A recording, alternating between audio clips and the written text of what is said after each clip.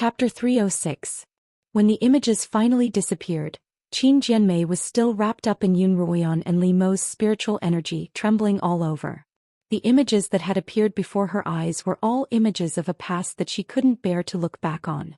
She had thought that as long as no one knew about it, it wouldn't affect her in the slightest. When she had made up her mind to do this, she had buried her conscience, believing that she wouldn't feel any remorse. But when she saw the wooden expression on her face as she dug her father's heart out of his chest, the callous expression on her face as she placed the poison in Lin Yuemei's medicine, the sinister expression on her face as she used her daughter to send Madame a medicine that could drive a person insane.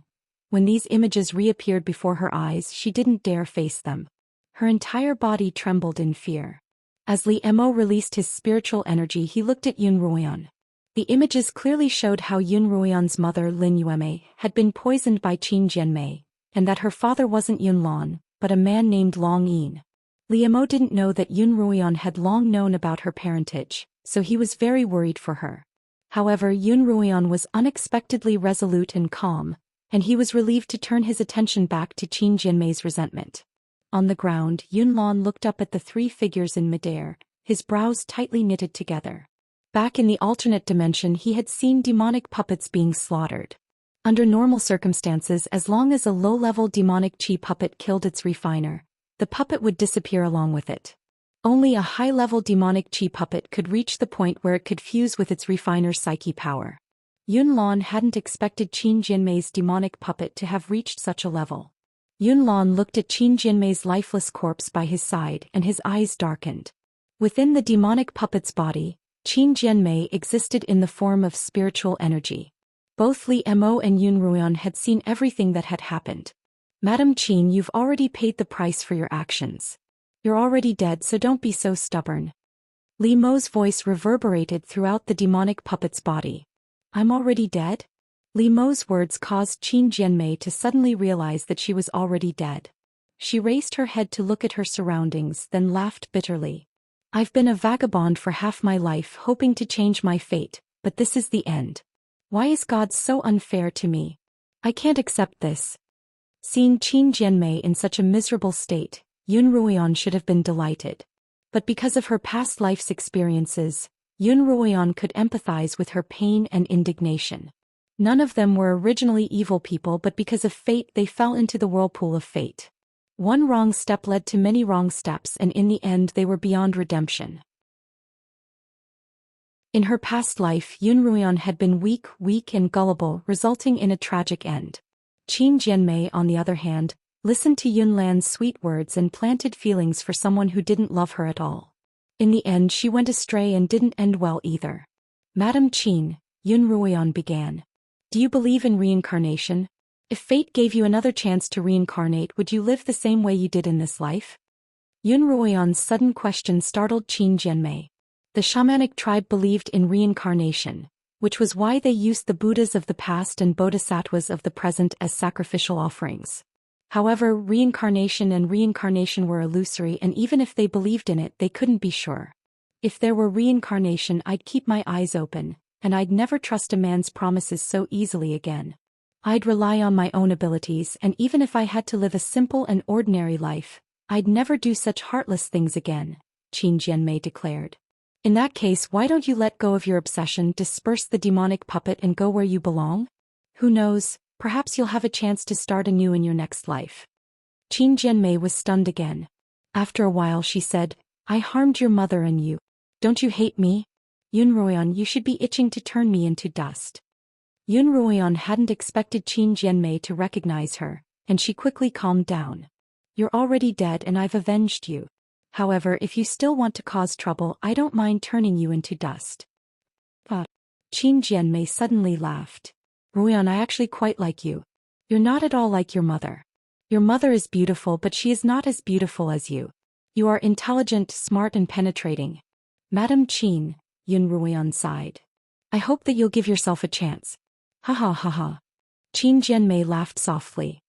A lifetime of bitterness, a lifetime of bitterness. To me, turning into dust might be the best outcome. As soon as Qin Jianmei finished speaking, the demonic puppet began to grow larger and larger, so much so that Yun Ruoyan and Li Mo's spiritual energy couldn't suppress it any longer. The moment Lin Yueme was killed by Yun Lan's sword, the motionless demonic puppet began to move. There was a loud bang. The demonic puppet swung its gigantic fists at Li Mo and Yun Ruoyan. Li Mo dodged the attack with his sword, but the puppet's spiritual energy suppression on Qin Jianmei was also broken. "Oh no," Li Mo murmured. The demonic puppet's about to completely fuse with the demonic puppet. Yun Ruoyan's scarlet eye appeared in her hands, and Li Mo summoned a fireball and an icicle. The two of them were prepared for battle at a moment's notice. However, the demonic chi puppet turned its huge body around and locked its attack on Yun Lan. This was the man she had loved all her life, but had never been able to possess. "Even if I'm reduced to dust, I'll take you down with me," Qin Jianmei shouted, and the demonic puppet spat out two streams of demonic energy, one black and one red, at Yun Lan. The two streams of demonic energy transformed into two gigantic demonic hands that lunged at Yun Lan. Although they were both demonic hands, they were imbued with powerful demonic energy. The demonic energy formed a strong gust of wind that blew Su Nan Mo away and even Yun Ma Xiao into a corner. Only Yun Lan seemed unaffected. His hands were clasped behind his back, and he stared at the demonic hands as they reached for him. One of the two demonic hands grabbed Yun Lan's neck, while the other grabbed his legs and lifted him up. "Yun Lan, you're my demonic energy. Only with your death can I be reborn." Qin Jinmei's demonic puppet raised its gigantic fist at Yun Lan. With a loud boom, the fist came crashing down on Yun Lan. However, Yun Lan didn't die as she had hoped. Qin Jianmei felt a powerful force resisting her full-strength attack. Under the demonic puppet's fist, Yun Lan's entire body glowed with a dazzling white spiritual energy. Yun Ruoyan knew that this white light was a spiritual barrier. Any 8th-rank blade master would have a spiritual barrier appear on the surface of their body in the face of extreme danger. However, if the level of the attack exceeded the cultivation of the cultivator, then the spiritual power film would be useless. Only when the level of the attack was lower than the level of the spiritual power film would the spiritual power film play a role in protecting the cultivator. When the difference in cultivation was large enough, the spirit power film could even reflect attacks. Zhou Yifeng had once been seriously injured by Li Mo's spiritual barrier. Yun Lan's spiritual power membrane could actually resist the demonic chi puppet's attack. This meant that his current cultivation had already surpassed the demonic chi puppet's level. Yun Ruoyan was extremely shocked. Yun Lan rarely revealed his cultivation in front of others, but she didn't expect his cultivation to be so high. "So this is what it means to be a sword saint." Li Mo's voice rang out by Yun Ruoyan's ear. That cloudy sky fruit really helped him a lot. The white spiritual energy on the surface of Yun Lan's body grew brighter and brighter, and the demonic puppet's fist was pushed further and further away by the spiritual barrier. With a bang, the demonic chi puppet's huge body was sent flying by Yun Lan's spirit force film. It crashed into the wall behind it and collapsed the entire wall of the tea house. The white barrier around Yun Lan's body slowly turned red. More accurately, it wasn't red but red flames. Yun Lan also cultivated fire-attuned spiritual energy, but she didn't know what kind of external fire-attuned spiritual technique he had used to envelop his entire body in flames. The two black and red demonic hands quickly turned into gray smoke under the spiritual fire on the surface of Yun Lan's body and disappeared. A blood-red sword light appeared beneath Yun Lan's feet. Yun Lan stepped on the sword and flew up, arriving before the demonic energy puppet. Yun Lan extended a hand toward the demonic puppet's head, and a beam of spiritual energy appeared in his hand, piercing into the puppet's head and wrapping around Qin Jianmei's resentment. Then Yun Lan retracted the beam of spiritual energy and pulled Qin Jianmei out of the puppet's body. "You want to kill me?" Yun Lan stared at Qin Jianmei's resentment. "Why?" "I want to kill you, but it looks like I won't be able to." Qin Jianmei's face was bitter. "I've devoted my entire life to you, but this is how I've ended up. You've caused me so much harm, so of course I have to kill you." Laughable. Yun Lan looked at Qin Jianmei disdainfully. "You harmed Yueme, so I won't forgive you. Die." Yun Lan's voice was cold, without a trace of warmth, or even a trace of sadness or disappointment. "Yun Lan, have I never existed in your heart?" Qin Jianmei asked, unwilling to give up. Yun Lan's deep eyes narrowed. I've had many women in my life, but apart from Yuma, they're all the same to me. I thought that you'd be a little different from the others, but it looks like you're just more foolish than they are." As Yunlan spoke, the spiritual fire on his body slowly spread to the pillar of spiritual energy in his hand, and to Qin Jinmei's spiritual energy. "I'm foolish and my death isn't worth pitying. All I ask is that you treat Ruoyu well. She's your blood." Before Qin Jinmei could finish speaking, she turned into ashes and vanished into nothingness. Chapter 307. Qin Jinmei's resentment was burned to ashes by Yunlan's spiritual fire, and the massive demonic energy puppet also turned to ash with Lin Yuemei's death. The surroundings finally returned to normal. "Father." Yunlan stood on the blood-red sword for a long time. Worried, Yun Maxiao walked up to him and called out to him. When Yunlan heard Yun Maxiao calling him, he turned his head and looked down. When his gaze met Yun Ruoyan's, Yun Ruoyan seemed to see a trace of sadness in his eyes, but it was only for a moment. "Must be an illusion," Yun Ruoyan thought. "Father, are you all right?" Yun Maxiao asked, concerned. Yunlan shook his head and descended on his sword. Yun Ruoyan was a little worried that Yunlan had recognized her. After all, even Qin Jinmei had recognized her, and Yunlan's eyesight was far superior to hers. Yun Ruoyan glanced at Li Mo, who could see the worry in her eyes. He shook his head at her and pulled her toward Yunlan. Right at this moment, Yunlan staggered and then he spat out a mouthful of blood. "Father, what's wrong?" Yun Maxiao helped his father up and Li Mo and Yun Ruoyan also stopped. "I'm fine." Yunlan waved his hand, but his entire body went limp, and he collapsed into his father's arms. "Father!" Yun Ruoyan couldn't help calling out. Just as she was about to step forward, Li Mo pulled her back. "Official Yun's fine. He's only just reached the peak of the Sword Saint realm. Because he used the Cloud Sky fruit, his foundation isn't very stable. Furthermore, he used too much spiritual energy just now, so both his spiritual vortex and his body have suffered some damage." However, Li Mo continued. "Master Yun is already a Sword Saint now, so this kind of injury won't threaten his life. He'll be able to fully recover after some time. Take advantage of this time to return to the capital. Perhaps the Imperial Guards will be arriving soon," Yun Maxiao instructed Yun Ruoyan and Li Mo. Their battle this time had caused quite a commotion within the Imperial City, and it was certain that the commoners would be alarmed. Fortunately, the location Li Mo had chosen was rather remote, so the commoners weren't injured or damaged too much. Li Mo left with Yun Ruoyan and the guards. Just as Yun Maxiao and Yun Lan were about to leave, the Imperial Guards arrived. "Lord Yun, General Yun, what happened?" When the captain of the Imperial Guards saw the two of them in such a sorry state, he hurriedly stepped forward to inquire about their condition. "Send us back to the residence of Yun first, I will explain to you later." Yun Maxiao was the general of the Imperial City, and this Imperial bodyguard was his subordinate.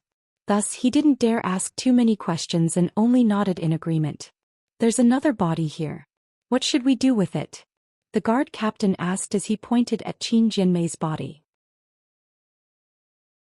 After Yunlan returned to the manor, he lay in bed for 3 days and 3 nights before waking up.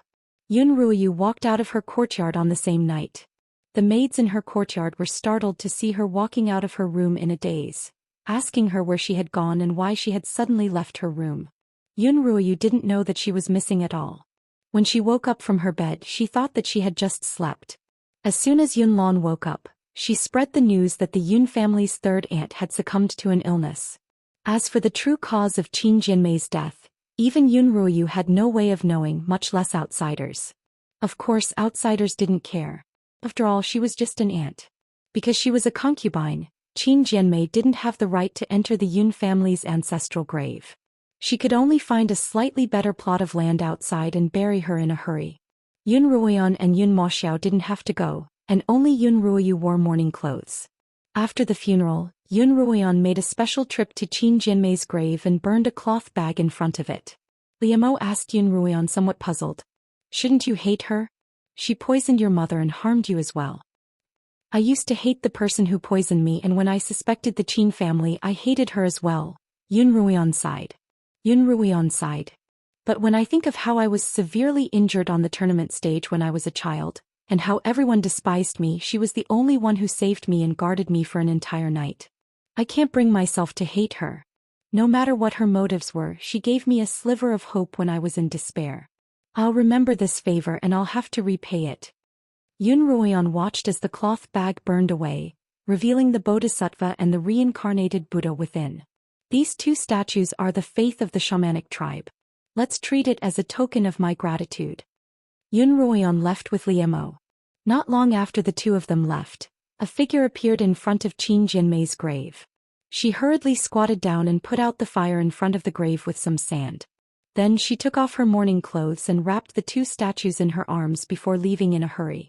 In the blink of an eye, half a month had passed. Tomorrow was the eve of the new year.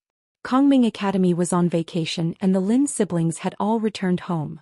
During this time, Yun Ruoyan would go to the Lin Manor to play with the Qinchin sisters in the morning, then head to the Slaughtering King's Manor in the afternoon. At night she would return to her own rooms to rest.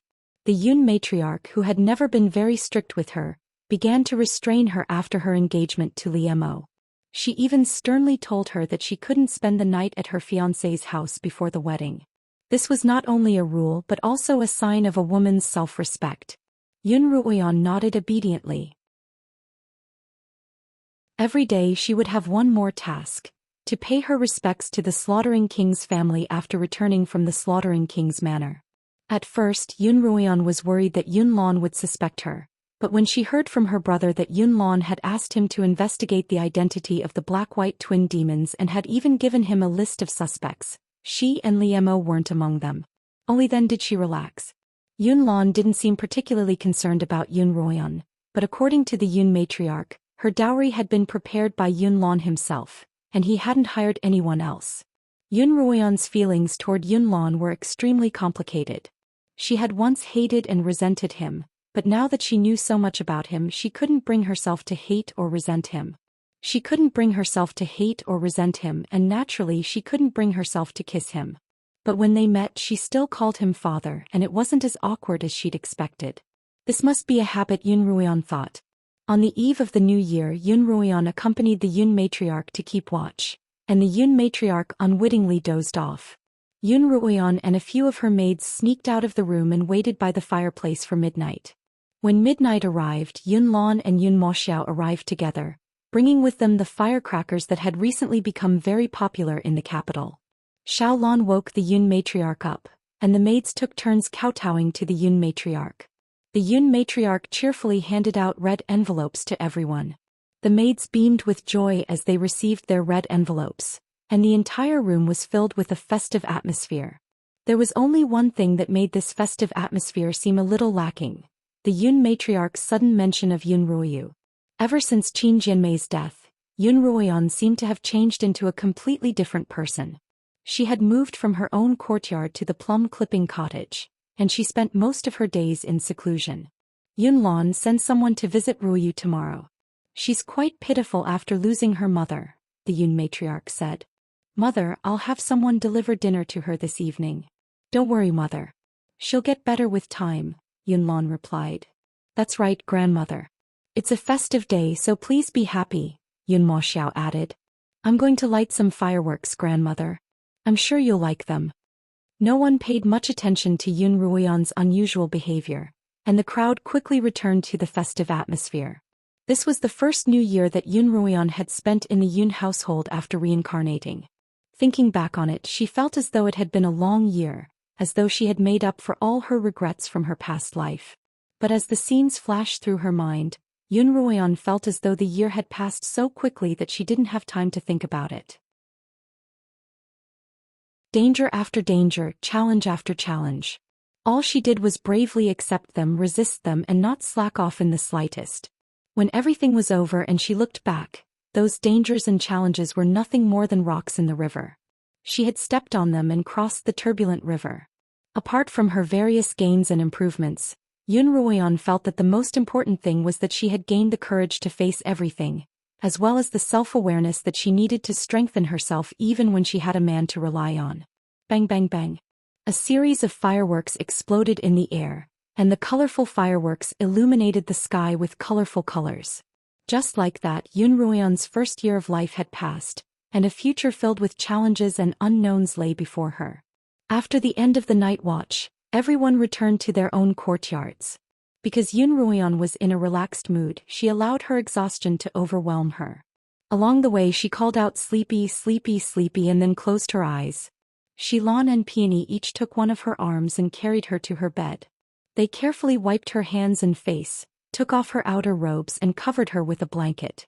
Only then did the two maidservants blow out the lamp and quietly close the door. As soon as the door closed, the back window opened soundlessly, and Li Mo floated into the room.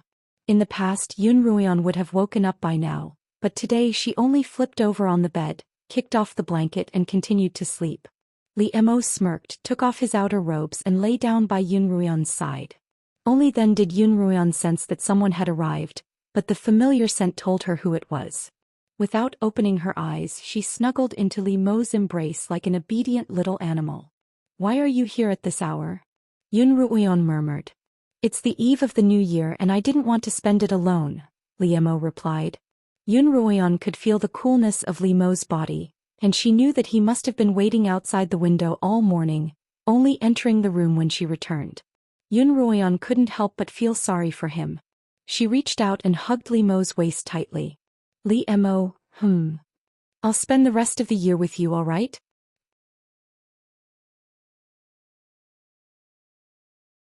Chapter 308. Time flew by and soon the 29th day of the third month of the lunar calendar was Yun Ruoyan's birthday, as well as her coming of age. In the Li Kingdom, coming of age was extremely important to a girl, as it signified that she had reached adulthood and was ready for marriage. In large families, the importance of a girl's marriage was no less than that of a man's coronation ceremony. Furthermore, because Yun Ruoyan was the first daughter of the Yun family, a student of Kongming Academy, and the slaughtering king's fiancée, her coming-of-age ceremony was even more extravagant. "Sister Run, this dress is so gorgeous." Lin Qingshua's eyes widened as she stared at Yun Ruoyan's fiery red dress. The hem of the dress was embroidered with golden silk with phoenix flowers, so gorgeous that it was almost blinding. Her red outer robe had no collar, revealing Yun Ruoyan's slender neck. Because she had been resting regularly and eating well during this period of time, Yun Ruoyan had grown much taller, and her figure had also become much more well-rounded. Although she had just turned 15, she already looked like a 17-year-old girl. Coupled with the fiery red formal attire, she looked more mature and bright than ever before. "That's right, Sister Run, you look like a completely different person in this dress," Lin Qingchen chimed in. Lin Qingchen and Lin Qingxue had arrived early in the morning in Yun Ruoyan's cottage. They were going to be serving as Yun Ruoyan's maids, so even though they didn't usually wear formal clothes, they were dressed rather formally today. "Don't I look good?" Yun Ruoyan stood up and twirled in a circle. The phoenix flowers embroidered with golden silk fluttered in the air, glowing brightly when they came into contact with the sunlight outside the door. "Of course I look good," Lin Qingchen and Lin Qingxue hurriedly added in unison. "It just feels different from before." "Different how?" Yun Ruoyan frowned as she looked at herself in the mirror. In fact, even she herself felt that she was different from before. In the past she had also worn a similar fiery red dress. In both her past and present life, she had worn all sorts of formal attire when attending important events. However, when she looked at herself in the mirror today, she also felt that the woman in the mirror was different from before. As for what exactly was different, she couldn't quite put her finger on it. "Our young miss has grown up." Peony smiled, a look of pride in her eyes. "Our young miss is no longer a little girl. She's a woman now." Peony's words made everyone realize that Yun Ruoyan had unwittingly transformed from a young girl into a woman. Because Yun Ruoyan had been born at noon, the auspicious time for her coming of age was also set at noon. Just after breakfast time, both sides of the road outside the residence of Yun were filled with carriages and guests from all walks of life. The liveliness was no less than that of the Yun matriarch's birthday. "I heard that the eldest daughter of the Yun family will marry the slaughtering king as his consort soon after she reaches the age of 15. Is that true?" Two guests in the queue whispered to each other. "Yeah, I heard about it too. It's said that the wedding date has been set. It's in 3 days. Why do you think they're in such a hurry?" Another guest in front of them heard the conversation and interrupted. "You probably don't know about this, but they're going to participate in some sort of training at Kongming Academy, and after that they'll be sent to a more dangerous place for training. When will they be back? Kongming Academy's training? The two people behind him immediately became interested. They craned their necks and asked, "What collective training? What trial? How did you know where to go for the trial?" The man looked around nervously. This is an internal arrangement of Kongming Academy and most people don't know about it. However, my young miss is also participating in this training, and I only found out about it after overhearing her conversation with my master. My young master is training hard in the manor every day, and my master is collecting treasures to prepare for him. The two of them didn't even have time to attend Miss Yun's coming-of-age ceremony this year, which is why I'm here to give her a gift. "Oh, I recognize you." One of the two guests pointed at the man in front of him. "You must be Master Pei's second butler." This man was Pei Yingxiong's second butler, and the young master he was referring to was none other than Pei Zio. "No wonder you know so much. You're the butler of the Pei family," the two guests exclaimed in realization. "Let me tell you." Seeing that someone had recognized him, the second butler of the Pei manor grew even more excited. He leaned in front of the two guests and whispered, "You must not know this, but the Slaughtering King is one of the most powerful instructors in Kongming Academy, and Miss Yun is his only official disciple." "What?" The two people behind him widened their eyes and said in shock, "Then how could they still have an engagement? Isn't that the case?" "That's right. A teacher is like a father and this will be punished by the heavens." The second butler laughed. "My master said the same thing, so even if he wasn't busy he wouldn't have come here." "Is what you're saying true? Are they really master and disciple?" Quite a few people who had overheard their conversation also came over to ask. It's my turn. The second butler didn't dare to make a big deal out of this, so he quickly changed the topic and went back to line up. However, his words quickly spread through the crowd. Miss Yun was about to be married to the Slaughtering King, but the two of them were still master and disciple. Soon a wedding would be held in the imperial city and so on and so forth. Because there were so many guests, the main entrance was reserved for the less important ones, while the more important ones would naturally enter through a small door at the side. For example, Yunlan's friends in the court, the princes and the young ladies of the larger clans who had come to join in the fun. "Congratulations, Master Yun, the Yun family has a daughter who has matured." An official of similar rank as Yunlan stepped forward to congratulate him. "She can be betrothed once she reaches the age of 15. The official smiled politely at Yunlan. "I wonder if Miss Yun is already betrothed? I would like to make a request on behalf of my son." Yunlan smiled sheepishly. "Lord Lu, my daughter is already betrothed and the wedding will be held soon. I hope that Lord Lu will attend the wedding." But Lord Lu was obviously shocked and said, "Your daughter is already married. How come you didn't hear anything about such a big matter? Who is she betrothed to?" "Because my daughter's schedule has been rather rushed ever since she returned from Kongming Academy. The engagement hasn't been held with much fanfare. Today I'm taking this opportunity to announce the wedding to everyone," Yunlan explained. Actually, Li Mo had been very concerned about the wedding at first, and he had wanted it to be a grand affair. However, Yun Ruoyan didn't want such a grand affair, as she felt that it was already too eye-catching.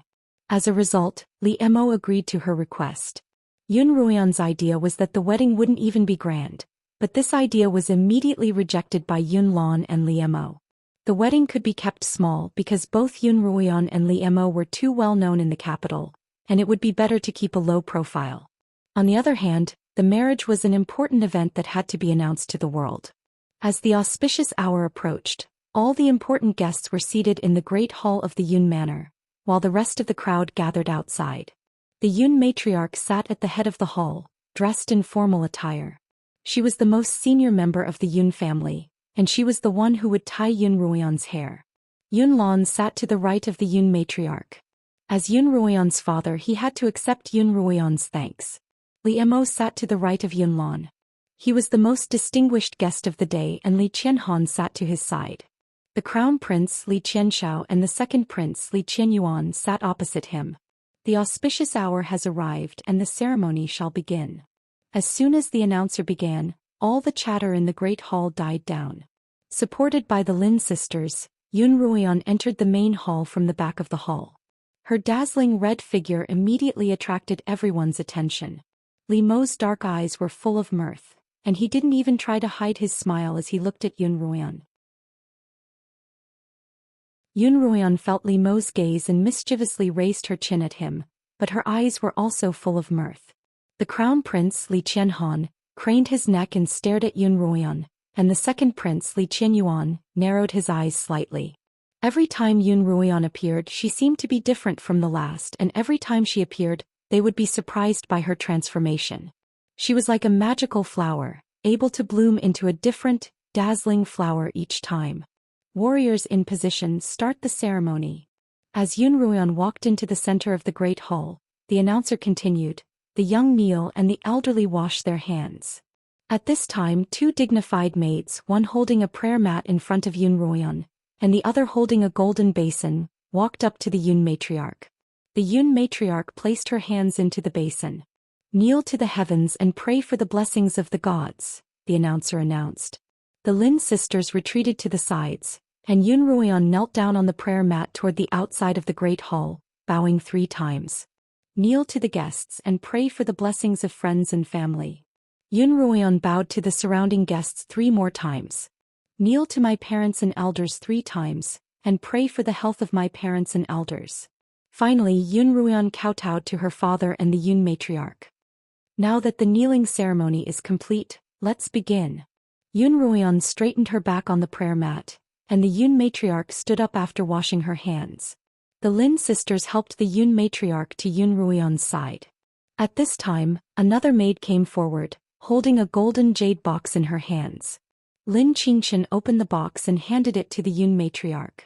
The Yun matriarch reached into the box and took out a golden phoenix hairpin, slowly inserting it into Lin Qingshan's unadorned black hair. The ceremony of ascension is complete, the announcer announced.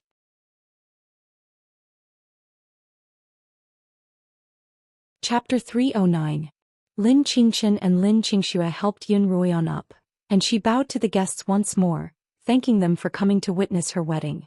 The guests all offered their own words of praise. Thank you everyone for coming to witness my daughter's wedding today. Yun Lan stood up from his seat. I'd like to take this opportunity to announce to everyone that my daughter has been betrothed to the Slaughtering King, and the wedding date is set for 3 days from now. I hope that everyone will honor us with their presence then. Among the guests, only a few had heard the news, so most of them were surprised. First, they were shocked that Yun Ruoyan was going to marry the Slaughtering King, Li Mo, and second, they were shocked that the wedding would be so rushed. However, because of Li Mo's presence, they only dared to whisper. It looks like the Pei Manor's steward was right. There must be some sort of grudge between the Slaughtering King and Miss Yun, or they wouldn't have held the wedding so hastily. The 2 men from before began to whisper again. I think so too, another man agreed. Such a reckless act would be punished by the heavens. I'm not going to attend such a wedding. When the people around them heard their discussion, they began to whisper to each other. Even those who didn't ask questions perked up their ears. Yun Ruoyan, Li Mo, and Yun Lan all had spiritual energy, so even though the guest voices were soft, they could still hear them. The 3 of them knew what was going on, so they didn't mind it too much. All they wanted was for the wedding to end as quickly as possible and send everyone out of the Yun manor. Unlike other weddings, there weren't any banquets for guests. As a result, Yun Lan said, my daughter's wedding is over, so I won't take up any more of your time. Please return to your rooms and I'll have a toast with all of you in 3 days. Just as the crowd was about to leave, however, a burst of laughter could be heard from outside the main hall. Official Yun, why didn't you inform me of your daughter's wedding? Rong Tianling and Rong Yueshan walked in. The feud between the Rong and Yun families had been going on for a long time, and Rong Tianling and Yun Lan had been constantly at odds with each other. Thus, when Rong Tianling arrived, the expressions on everyone's faces changed. Some were looking forward to a good show while others looked worried. I've heard that the Slaughtering King's disciple is attending his coming-of-age ceremony today. So even though I didn't receive an invitation, I've come all the way here, Rong Tianling continued, bowing deeply to Li Mo. The Slaughtering King's disciple is coming of age today? Isn't that Miss Yun? Rong Tianling's words caused the crowd to clamor even louder. Looks like the rumors are true. Miss Yun and the Slaughtering King really do have a master-disciple relationship. So, can a master and disciple get married? Rong Tianling had come to make things difficult for Yunlan by pretending not to know anything. He couldn't take advantage of Yunlan in court, so he came up with this plan to vent his frustrations. Imperial Uncle Rong, today is my daughter's wedding day. I hope you won't cause any trouble. Yunlan coldly said to him. Rong Tianling, however, looked confused. Looking for trouble? What trouble is this uncle looking for? I don't understand what you're saying, Master Yun. Yunlan's expression was as cold as his voice. Yun Ruoyan was supposed to leave as soon as she reached her marriageable age, but she had been blocked by Rong Tianling in the main hall. Li Qianxiao and Li Qianyuan were aware of Yunlan's relationship with Yun Ruoyan, so when Yunlan announced their engagement, the two of them immediately thought of their relationship. However, both of them quickly suppressed this thought.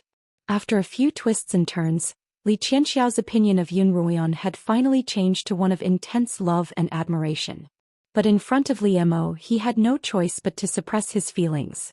Although Li Qianyuan's feelings for Yun Ruoyan couldn't be considered adoration, he was still a little disappointed to learn that she was going to marry Li Mo. But of course he wouldn't offend the Slaughtering King just because he was a little disappointed. As a result, Li Qianxiao and Li Qianhan couldn't help but feel excited and expectant when Rong Tianling's appearance broke the veil between them. Let's see how you're going to carry on with the wedding under the watchful eyes of the public. With this mentality, the two of them who had already stood up sat back down. Ah, Slaughtering King, you have to stand up for me. Rong Tianling looked at Li Mo with an aggrieved expression. I'm here to celebrate your disciple's wedding day, and why is official Yun saying that I'm here to cause trouble? Tell me what's going on here. When the crowd saw that Rong Tianling had the gall to provoke the Slaughtering King, they couldn't help but break out in cold sweat. Li Mo, however, didn't seem to mind at all. He sat back in his seat, a faint smile on his face. His smile wasn't as cold as it had been before but strangely warm.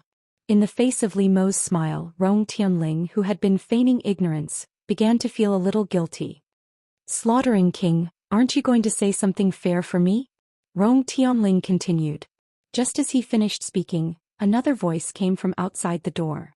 This time it was a little shrill, as if a man were speaking with his throat pinched.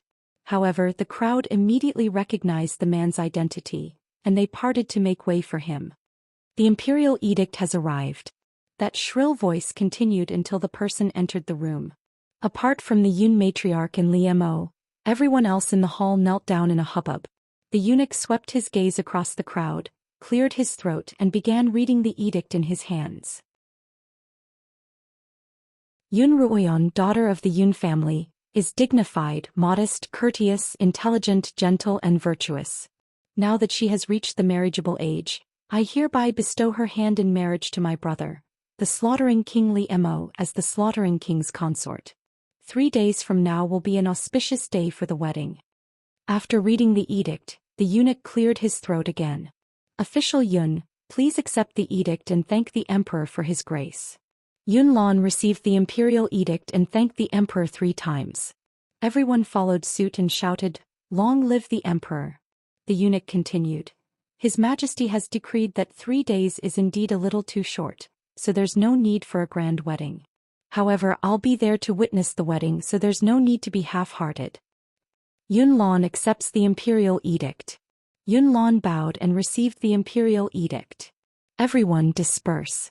Time is of the essence, so let's not delay official Yun's wedding preparations any longer, the eunuch said to the crowd. Only then did the crowd react and nod in agreement. Imperial Uncle Rong, His Majesty has prepared a table of food and wine in the palace for you to drink together. Please follow us into the palace. Uncle Rong hesitated for a moment, but he had no choice but to leave with his tail between his legs. Since the emperor of a kingdom had issued an imperial edict to bestow marriage, then the so-called marriage was no longer valid. In private there was a saying that a teacher for a day was a father for life, but a teacher wasn't a father. As for the fact that a teacher couldn't marry his disciple, it was only an unwritten rule that had been broken by the emperor's decree. As long as both parties were in love with each other, even a teacher and a disciple could marry. As a result, 3 days later, Li Mo and Yun Ruoyan's wedding was officially held. Although 3 days was short, The wedding was even grander than Yun Ruoyan had expected. Because the emperor was personally presiding over the ceremony, the imperial guards of honor alone took up half a street, making it nearly impossible to keep a low profile.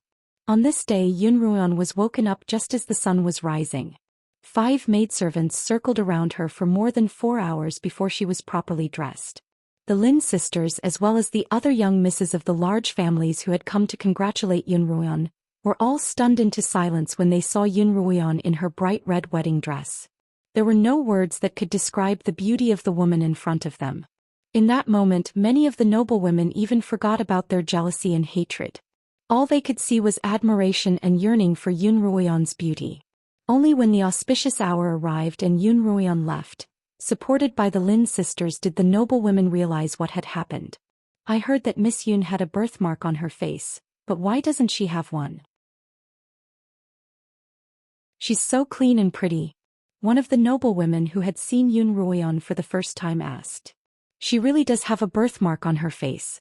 I saw it at last year's flower viewing party and it was frightening. Why is it gone now? This person doesn't seem like the same person I saw at last year's flower viewing party, but they're clearly the same person. Tell me, how could a person change so much in a year's time? Another noblewoman who had seen Yun Ruoyan asked curiously. You don't know, do you? Another noblewoman seemed to know a lot. I heard that the slaughtering king knows how to refine a kind of beauty cream. Miss Yun's birthmark has already been healed, but there's still a little mark left. I'm sure she used some powder to cover it up, or else why would her face be so fair and tender? That's a powder that the slaughtering king specially refined for Miss Yun. Really? When the noblewomen heard this, they all began to see stars. What kind of beauty cream is that? I want it too. And that powder. By the end of the day Yun Ruoyan felt as though she had become a puppet without the ability to think or move. She was wearing heavy wedding clothes, a heavy phoenix coronet, and a red veil on her head, completely blocking the view in front of her. When she lowered her head she could only see the tips of her feet, and every step she took required the support of others. It was even more tiring than cultivating for 3 days and 3 nights straight. Li Mo could clearly see her fatigue and impatience. As the couple bowed to each other he leaned close to her ear and whispered, "You've worked hard today, my little consort." Husband and wife bowed to each other and entered the bridal chamber. The officiator announced and the guests began to cheer. Amidst their cheers Yun Ruoyan could faintly hear Li Mo's laughter. Yun Ruoyan couldn't help but blush under the red veil. Finally they were going to enter the bridal chamber.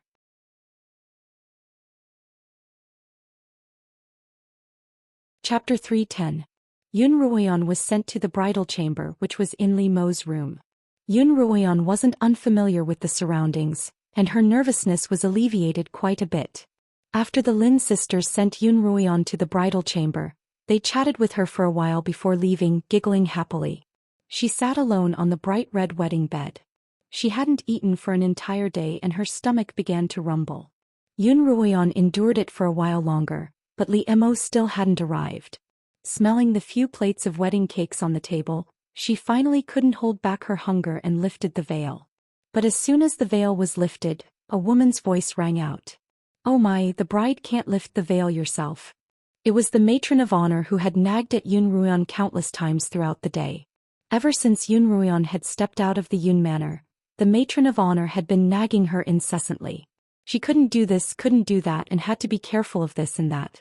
As soon as Yun Ruoyan heard her voice, she reflexively put the veil back on and sat down obediently, returning to her doll form. That's what a bride should be like. The matron of honor laughed. She was quite satisfied with Yun Ruoyan's performance that day. She had followed her instructions strictly, and she hadn't made a single mistake. "Where's His Highness? When will he arrive?" Yun Ruoyan asked. "Looks like the bride can't wait any longer," the matron of honor replied. "But newlyweds should be a little more reserved." Yun Ruoyan could only acquiesce. She couldn't say that she was too hungry and was waiting for His Highness to arrive. After a while someone finally arrived. It wasn't Li Mo but Li Luo. Li Luo sent the matron of honor away before removing Yun Ruoyan's veil. When Yun Ruoyan saw Li Luo, it was as if she had seen her savior. "Sister Li Luo, hurry up and give me something to eat. I haven't eaten all day and I'm so hungry." Yun Ruoyan was on the verge of tears. In order to look presentable, Peony and Shilon had been putting her on a diet for the past few days. Yun Ruoyan, who hadn't seen any meat in days, had been starving for an entire day. The feeling in her stomach was indescribable. When Li Luo saw Yun Ruoyan, she paused for a moment. Even a woman like her couldn't help but be moved by her pitiful expression. But only a girl like Yun Ruoyan is worthy of His Highness, Li Luo thought to herself. His Highness knew that you would be hungry, so he asked me to bring you some food. Li Luo took out some of Yun Ruoyan's favorite snacks from the food box she'd brought with her. His Highness said that it's best not to eat meat tonight, and that you should eat something light to fill your stomach. He might arrive a little later. Has His Majesty not left yet? Yun Ruoyan looked at the plates of delicacies Li Luo had brought out, as well as a bowl of lotus seed porridge.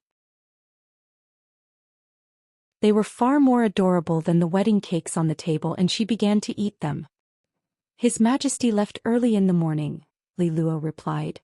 But His Highness was stopped by your brother. As it turned out, Yun Maxiao had drunk so much at home that he'd taken advantage of his intoxication to come to the slaughtering king's manor. As soon as Yun Maxiao saw Li Mo, he refused to let go. He kept saying that he was Li Mo's brother-in-law, and that Li Mo had to accompany him properly before entering the manor. The officials, who had only come to put on a show of force but didn't dare to act rashly, began to drink with Li Mo as well. Li Mo was truly in a good mood today, and he knew how important Yun Maxiao was to Yun Ruoyan. As such, he really had to accompany his brother-in-law well. As a result, the two of them began to drink, one after another, amidst the clamor of the crowd. By the end, Yun Maxiao was so drunk that he stopped calling him His Highness. Instead, he kept saying, Li Mo, if you dare mistreat my sister, I'll raise your manor to the ground. As soon as he said this, all of the officials were so frightened that they didn't dare to make any more noise. They all excused themselves, and the slaughtering king's manor was finally a little quieter. Li Luo, personally escort him back, Li Mo instructed.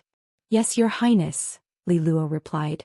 A few servants escorted Yun Maxiao to his carriage, and Li Luo stood guard by his side while the coachman drove the carriage back to the Yun manor. As the carriage swayed, Yun Maxiao opened his eyes and saw Li Luo. She was hugging her knees as she sat quietly by his side.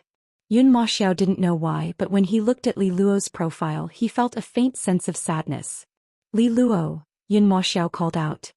Li Luo turned to look at Yun Maxiao, only to see that his eyes were sparkling like stars, as if he had countless things to say to her. My sister is already married, so I have to get married too. Will you marry me?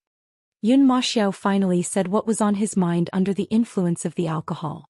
But as soon as he said this, a wave of alcohol rushed to his head, and Yun Maxiao's head grew heavy again. Li Luo, I'm serious. If you agree, you have to tell me tomorrow. As soon as Yun Maxiao finished speaking, he fell back into a deep slumber.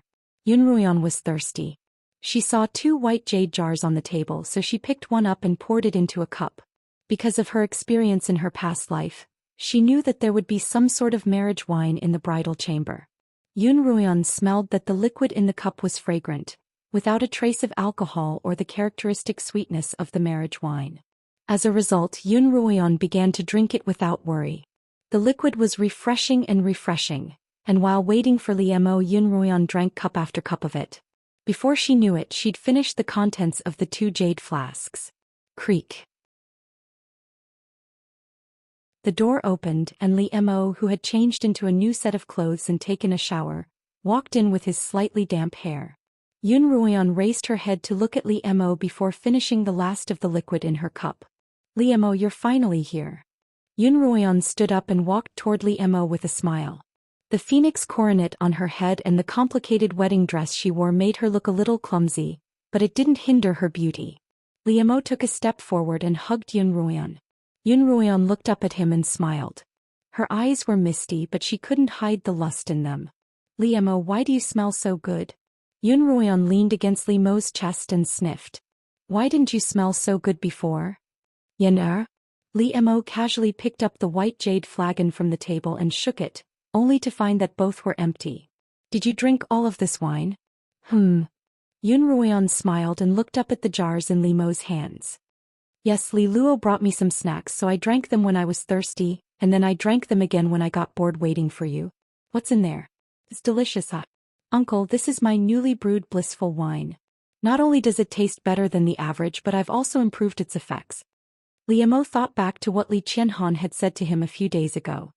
He remembered that he was too lazy to pay attention to that brat at that time, but he didn't expect that he would silently send this wine into his bridal chamber, and it was 2 bottles at once. Yun Ruoyan's face slowly turned red. Only now did she realize that there was something wrong with the liquid she had just drunk. Li Mo, what's in that jars? Why do I want more after drinking it? Li Mo's eyes began to redden. As Yun Ruoyan spoke, her hands began to roam all over his body, and she couldn't help but stand on her tiptoes to kiss his lips. Li Mo's lips were cold, but Yun Ruoyan's were hot. It's something that won't hurt. Li Mo lifted Yun Ruoyan into his arms. As he carried Yun Ruoyan, he removed the bits and pieces of her hair and the bright red wedding robe she was wearing. Layer by layer, it was very troublesome. Because he was anxious and unwilling to hurt Yun Ruoyan, Li Mo seemed a little flustered. It's so troublesome to dress so neatly. Li Mo panted slightly. As soon as he finished speaking, Yun Ruoyan heard the sound of tearing silk. Li Mo had torn the fabric between Yun Ruoyan's gown and inner robe, revealing a red tutu embroidered with a mandarin duck frolicking in the water. Yen. As Li Mo murmured, the red veil fluttered down, covering the entire room. Yun Ruoyan felt as though she had sunk into a pool of warm seawater, a pleasant sensation spreading from the inside out. Wave after wave of pleasure washed over her body, as though there was no end to it, as though she would be drowned in it. Yun Ruoyan suddenly felt a little afraid that she would drown in this sea of pleasure. As a result, she struggled to open her eyes. As soon as she did, she saw Li Mo, who was only a few feet away from her, and she could feel the 2 of them even more clearly. However, Li Mo's eyes were closed and he was frowning slightly, so Yun Ruoyan couldn't tell what he was feeling.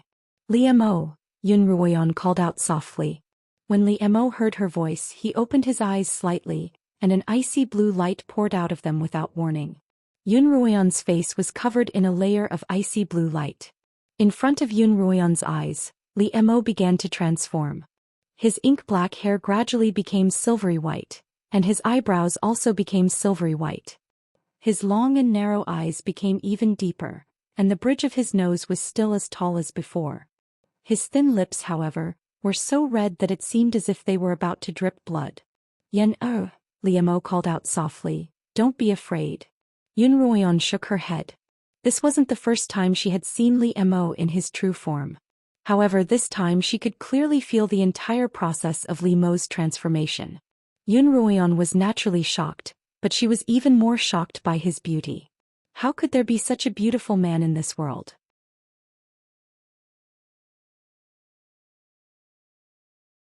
Chapter 311. Just like that, Yun Ruoyan fell into a deep sleep in Li Mo's arms. Her brows were furrowed, and her face was as beautiful as a lotus flower. Her lips were slightly swollen, but there was a faint smile on her lips. Li Mo planted a kiss on Yun Ruoyan's forehead, then gently removed his arm from her neck and got off the bed. Li Mo put on his outer robe and walked out of the room. He raised his hands and white spiritual power gradually appeared on his hands. Then the white spiritual power on both of his hands began to change at the same time. One hand was covered with red flames and the other hand was covered with frost. I've finally broken through. Li Mo clenched his fists tightly. He had finally broken through from peak 9th rank to the peak of the Sword Saint realm. Once he became a Sword Saint, he would be able to release his spiritual energy directly from his body in the form of elemental energy, and his elemental energy would be twice as strong as before. Yun Ruoyan's human furnace was indeed a great boon to his cultivation. Sun Mo, Qiuqiu's voice suddenly rang out in Li Mo's mind. Li Mo retracted his hands and returned to the room. He looked at Yun Ruoyan, who was still lying on the bed. The silver bracelet on her wrist was glowing faintly. Qiuqiu, it seems like you've recovered well? Li Mo asked Qiuqiu through his mental energy. In the past, if Li Mo wanted to talk to Qiuqiu, he would have to use his mental energy to break through the barrier. This time, however, Qiuqiu was able to break through the barrier herself. Mistress, I've been greatly helped by the Amaranthan Sun, Qiuqiu replied.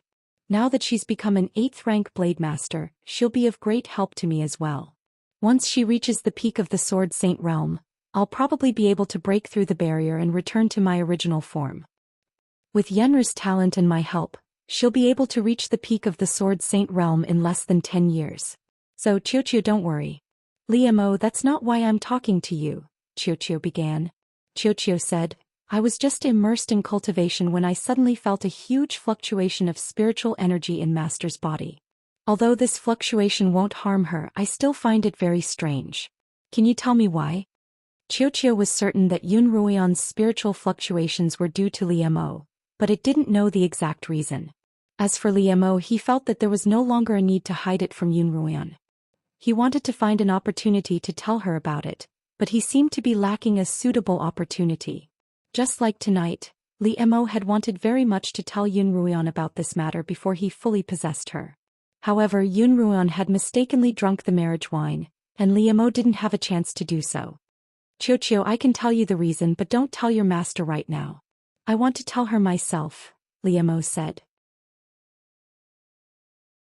Xiao agreed, and Li Mo told Xiao about Yun Ruoyan's human furnace. I see. Xiao said, I know what you're worried about. Although your intentions weren't pure at first, you're deeply in love with Master now and Master can feel it. But with Master's personality, it's best if you confess to her as soon as possible to prevent any unforeseen events in the future. Li Mo nodded silently. He was determined to tell Yun Ruoyan about this matter before they left for the other dimension. Li Mo had originally planned to tell Yun Ruoyan about this the very next day, but early the next morning he received a notification from the First Elder. The First Elder had informed Li Mo of something that was both surprising and exciting. After all, there weren't many things on the Qinyuan continent that could excite Li Mo. Li Mo told Yun Ruoyan about this matter, which Yun Ruoyan had heard from the other students of Kongming Academy about the sudden disappearance of the beast-taming hall. 3 years ago, Kongming Academy didn't have 3 halls and 5 colleges, but 4 halls and 5 colleges. One day, however, the elders discovered a new dimension through the all-seeing mirror, and this dimension was filled with a large number of magical beasts. To the beast-taming hall, this place was not only a good place for training, but also for treasure hunting.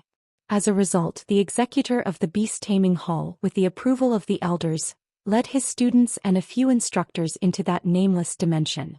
But at that moment something strange happened. As soon as they entered the dimension, the connection between the dimension and the all-seeing mirror was suddenly severed.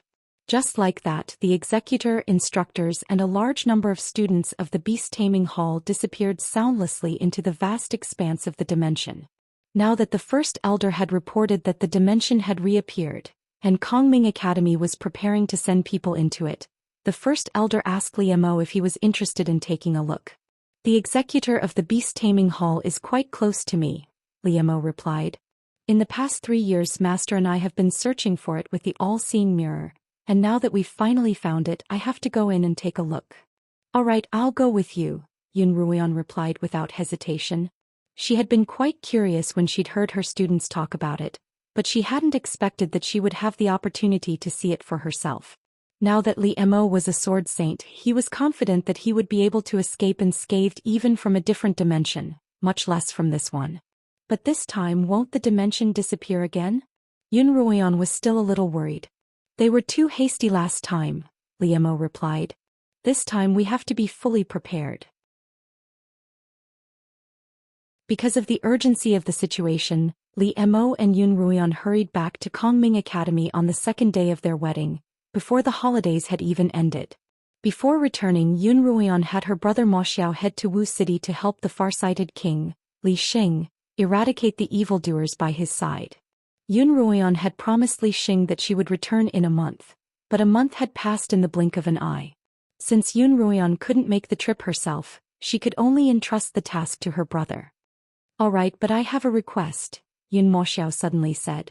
This surprised Yun Ruoyan a little. Ever since she was a child, this brother of hers had never made any requests of her. Yun Ruoyan smiled. Brother, what request do you have? Let me hear it. As a result, Yun Mo Xiao recounted to Yun Ruoyan how he had proposed to Li Luo in the carriage that night. Ever since that night, Li Luo had been avoiding him, so Yun Mo Xiao's request was for Li Luo to accompany him. This wasn't a difficult task for Yun Ruoyan. After all, Li Luo had always obeyed Li Mo's orders without hesitation. When she returned to Wu City, she informed Li Mo of the matter, and he immediately issued an order to Li Luo. However, Li Luo had a request. She wanted Su Nan to go with her. Otherwise she wouldn't go even if she disobeyed orders. Yun Ruoyan had no choice but to have Li Mo agree. After all, it was difficult for an outsider to interfere in a relationship between a man and a woman, and Yun Ruoyan couldn't help but worry for her brother. After making all the necessary arrangements, Yun Ruoyan and Li Mo flew toward the Kongming Mountains.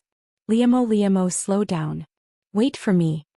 Yun Ruoyan followed closely behind Li Mo. Although she'd been practicing flying on her sword all this time, her sense of balance was far from perfect despite her impeccable talent. Li Mo had said that, given her cultivation speed, she would be able to fly on her sword in less than 10 days. But in the blink of an eye, almost a month had passed, and she was still only able to stand unsteadily on the Scarlet Eye sword. If Li Mo were by her side she would be fine, but if he were even a little further away from her, Yun Ruoyan would tremble all over. You can't be too slow. Li Mo purposely distanced himself from Yun Ruoyan. The slower you go, the harder it is to maintain balance. That's why there's a saying that beginners have to ride fast. It's not a question of whether I'm a beginner or a veteran, Yun Ruoyan replied bitterly. The problem is that I'm afraid of heights. Li Mo's face darkened. He had flown with Yun Ruoyan so many times that he didn't know that she was afraid of heights. Forget it, come on up. Li Mo was finally defeated by Yun Ruoyan. He reached out to Yun Ruoyan, took her hand and pulled her into his embrace. As a result, the two of them immediately sped up and by noon, they arrived at Kongming Academy. The two of them flew directly to the top floor of the southern tower, where the first elder was waiting for them. Take a look. The three of them did not exchange any pleasantries. The great elder immediately opened the all-seeing mirror for the two of them to see. In the all-seeing mirror, Yun Ruoyan could only see a lush green landscape with blue skies and white clouds, lush trees and birds flying by. It was as if she were in a paradise. First elder, is this the dimension that disappeared? Yun Ruoyan asked curiously. Yes, it's here, the first elder confirmed. The first elder waved a hand at the all-seeing mirror, and the image of a valley appeared. There were many magical beasts in the valley, some of which Yun Ruoyan recognized, while others she didn't. The sheer number of beasts left Yun Ruoyan speechless. Master, have you found any traces of Master Qin and the others? Li Mo asked the first elder. The first elder shook his head. No, but this dimension is very large and there are many places that I haven't explored yet. There are also some places that seem to be protected by a barrier that even the all-seeing mirror can't penetrate. As such, I'll have to send someone in personally to investigate. First elder, I'll go with Li Mo, Yun Ruoyan replied. When do you plan to leave and what preparations do I need to make before leaving?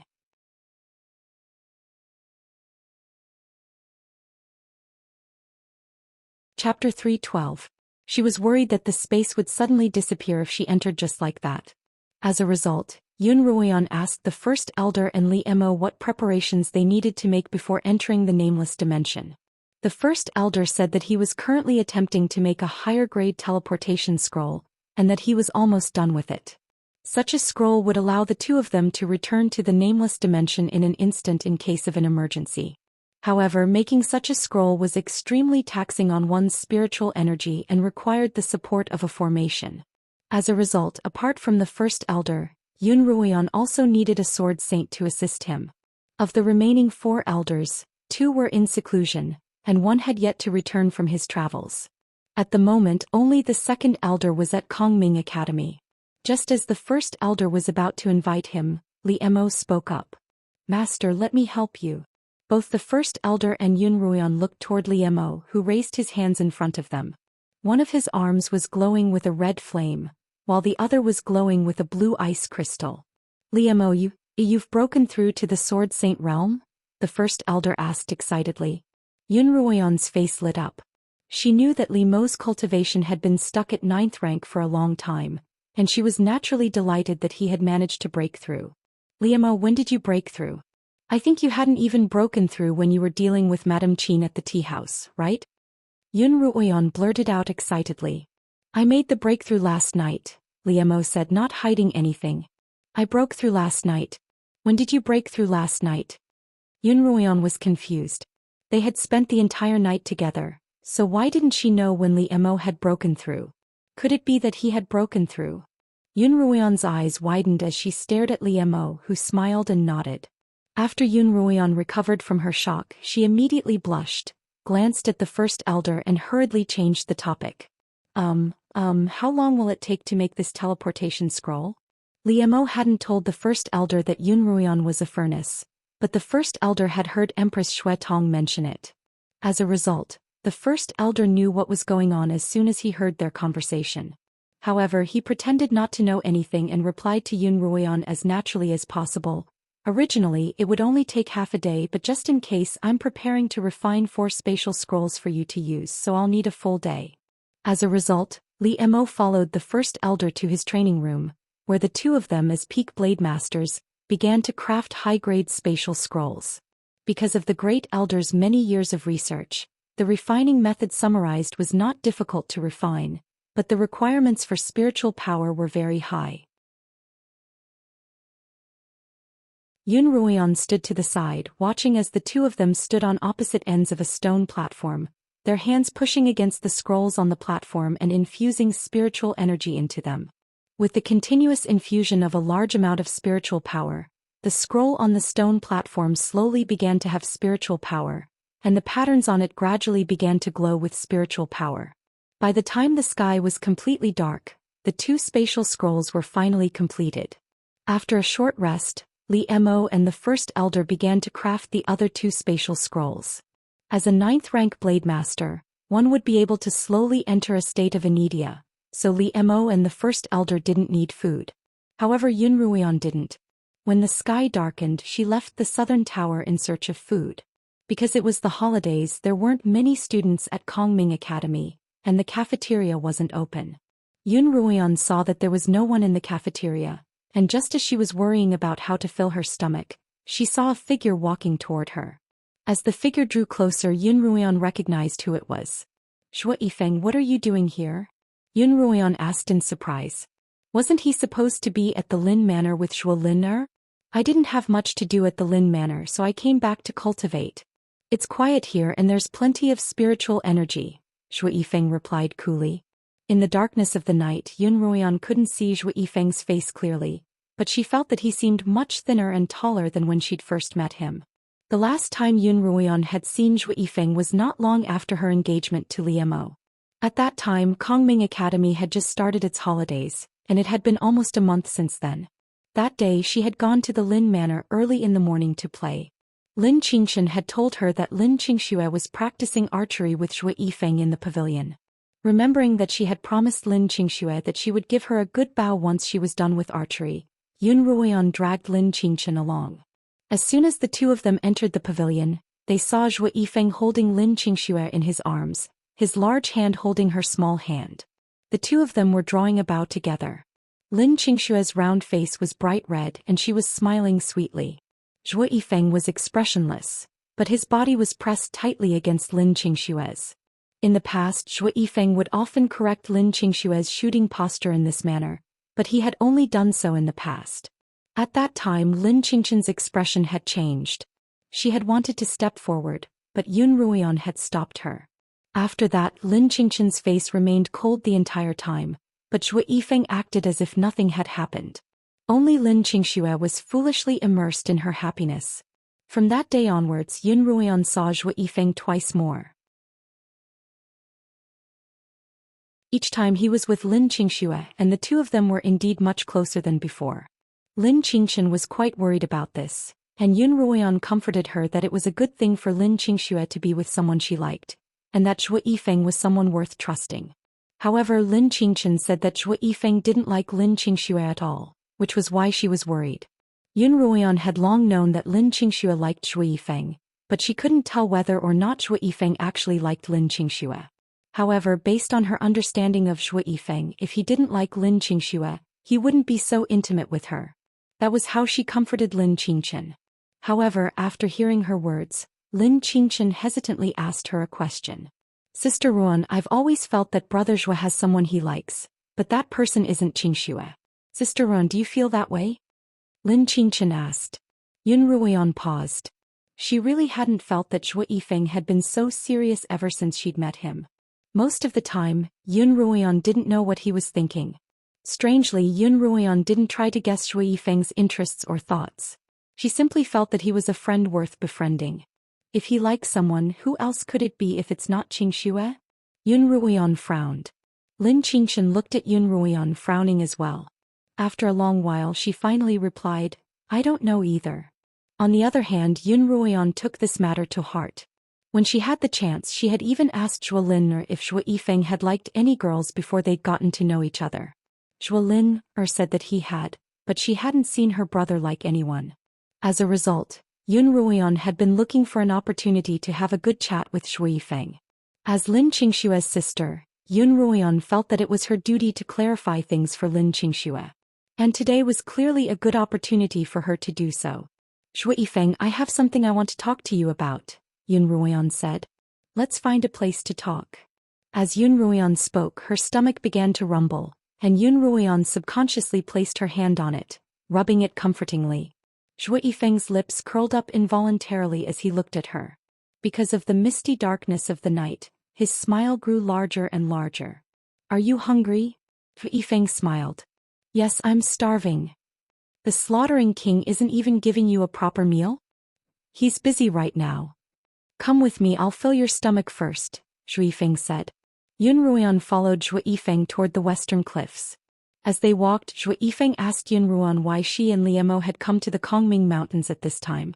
Zhou Yifeng knew that the two of them were newlyweds, so he was quite surprised to see Yun Ruoyan here.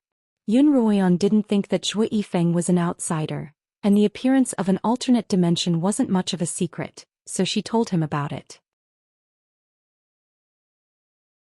The two of them chatted all the way to the cliffs. Kongming Academy was located on high ground, and even though it was already spring, there was still a layer of snow on the shady parts of the campus. Zhou Yifeng dug out a small magical rabbit that he had hunted earlier from the pile of snow behind a large boulder. After roasting the rabbit until it was tender, he quickly began to clean it up. Zhou Yifeng, I have a very important question for you. You have to answer me honestly, Zhou Yifeng didn't pause in the slightest. Don't ask me questions now. Ask me when I'm done roasting the rabbit in my hands. Only when you put your heart into it will it taste good. Zhou Yifeng glanced at Yun Ruoyan and his beast-like eyes lit up. He quickly lowered his head and returned his attention to the rabbit in his hands. Yun Ruoyan didn't expect Zhou Yifeng to interrupt her. As far as she could remember, Zhou Yifeng had never interrupted her in the middle of a conversation. In her memory, Zhou Yifeng would always quietly listen to her until she finished speaking, either nodding in agreement or quietly voicing his thoughts. The aroma of the roasted rabbit began to spread, but Yun Ruoyan was so lost in her thoughts that she didn't notice it until Zhou Yifeng called out to her. All right, here. Zhou Yifeng handed one of the rabbit's legs to Yun Ruoyan. Yun Ruoyan took a deep breath and took a big bite. Only when half of the rabbit was in her stomach did Zhou Yifeng ask, "What question did you want to ask me?"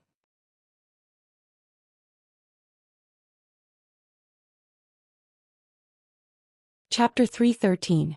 Yun Ruoyan looked at Zhou Yifeng.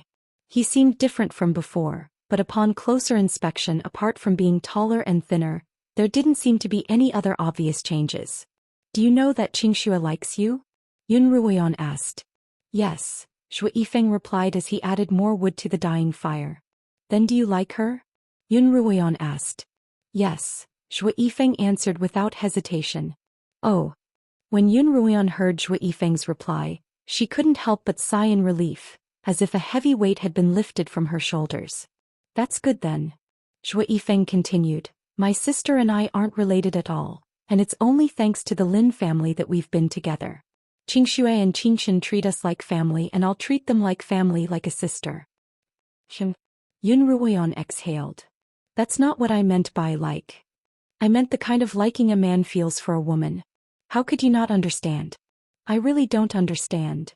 Zhou Yifeng prodded at the burning coals, the light from the fire illuminating his beast-like eyes, obscuring his true emotions. Yun Ruoyan began to panic. Zhou Yifeng, let me tell you, Qingshu is sincere toward you and we can all see that. If you like her, you have to treat her well, and if you don't, you have to stay away from her. Yun Ruoyan stared at Zhou Yifeng, waiting for his reply. Only after a long while did Zhou Yifeng finally speak up. I can't promise you that. Why? Yun Ruoyan asked. Because Qingxue confessed to me and I rejected her. She said that as long as I didn't hate her she wouldn't give up and that whether or not I liked her I'd give her a chance, Zhou Yifeng replied coolly. She said that she'd use her sincerity to move me. What? Yun Ruoyan was both shocked and helpless. She actually confessed to you and even said such a thing. What a silly girl. She is indeed a silly girl. Zhou Yifeng's lips curled up in a smile, and when Yun Ruoyan saw his smile, she felt strangely uncomfortable. Zhou Yifeng, no matter what, you can't hurt Qingxue. She's my sister and if you dare hurt her I won't go easy on you. That's not something I can guarantee. Zhou Yifeng looked toward Yun Ruoyan, his tone serious. The reason I left the Lin family so early to come to the academy was because I wanted to distance myself from Qingxue and calm her down. But in a few days Qingxue will come back again. What do you think I should do? Zhou Yifeng met Yun Ruoyan's gaze, a faint smile in his beastly eyes. Yun Ruoyan stood up with a whoosh. I don't care. If you hurt Qingxue I won't go easy on you. She turned to leave, but Zhou Yifeng spoke up from behind her. Why don't I go with you to the alternate dimension? Qingxue hasn't seen me for a long time and perhaps she'll calm down. Yun Ruoyan paused and turned back to look at Zhou Yifeng. I can't make this decision on my own. I'll have to get the first elder's approval. Wait for my news. After Yun Ruoyan left, Zhou Yifeng sat back down by the fire. A black-clothed figure appeared soundlessly by his side. Zhou Yifeng took a flask of wine from his waist and handed it to the black-clothed figure. You gave my dish to someone else.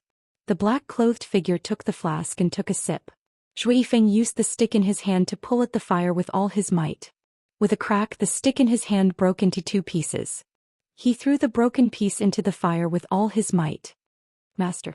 Zhou Yifeng turned his head to look at the black-clothed man and said, if there is something that you love very much, but not only are you unable to obtain it, you also have to watch helplessly as it is taken by your enemy. What would you do? The black-clothed figure hesitated for a long time before replying, if it's just something of course I'd try my best to get it back. But if it's a person and her heart isn't with you, what's the point of taking her away? Zhou Yifeng's bright eyes dimmed as he listened to the black-clothed figure's words. I'm useless, master, I'm really useless. Zhou Yifeng hung his head, his voice sad. I fell in love with a woman from the first time I saw her, but I never dared to show even a trace of my feelings in front of her. She's so beautiful, so noble, and in front of her, I'm as insignificant as dust. Master, I feel like a pitiful worm right now. The black-clothed figure patted Zhou Yifeng's shoulder and handed him the flask of wine. Zhou Yifeng took it and took a large gulp. The black-clothed figure sighed. In front of love, everyone is insignificant. Just like that girl called Lin Qingyi you were talking about, isn't she the same in front of you? If the child is yours, it'll always be yours. If it's not, no matter how much you worry about it, it'll be useless. Zhou Yifeng smiled bitterly and drank half of the flask of wine in one go. His head felt a little dizzy and he clutched his head and laughed bitterly. Master, tell me what's mine. What's not mine? I wanted revenge, but I found that my enemy was so strong that I couldn't catch up to him even if I spent the rest of my life. The woman I loved married my enemy before I even had the courage to confess my feelings for her. Master, tell me what's mine in this world and what's not. I can't accept this, I can't. As Zhou Yifeng spoke, his head gradually leaned against the black-clothed figure's shoulder, and he fell into a deep sleep. The black-clothed figure sighed, took the flask of wine from Zhou Yifeng's hand, and drank the last mouthful. By the time Yun Ruoyan returned to the southern tower, Li Mo and the first elder were still forging spatial scrolls, and it was likely that the day after they were done the sun would rise.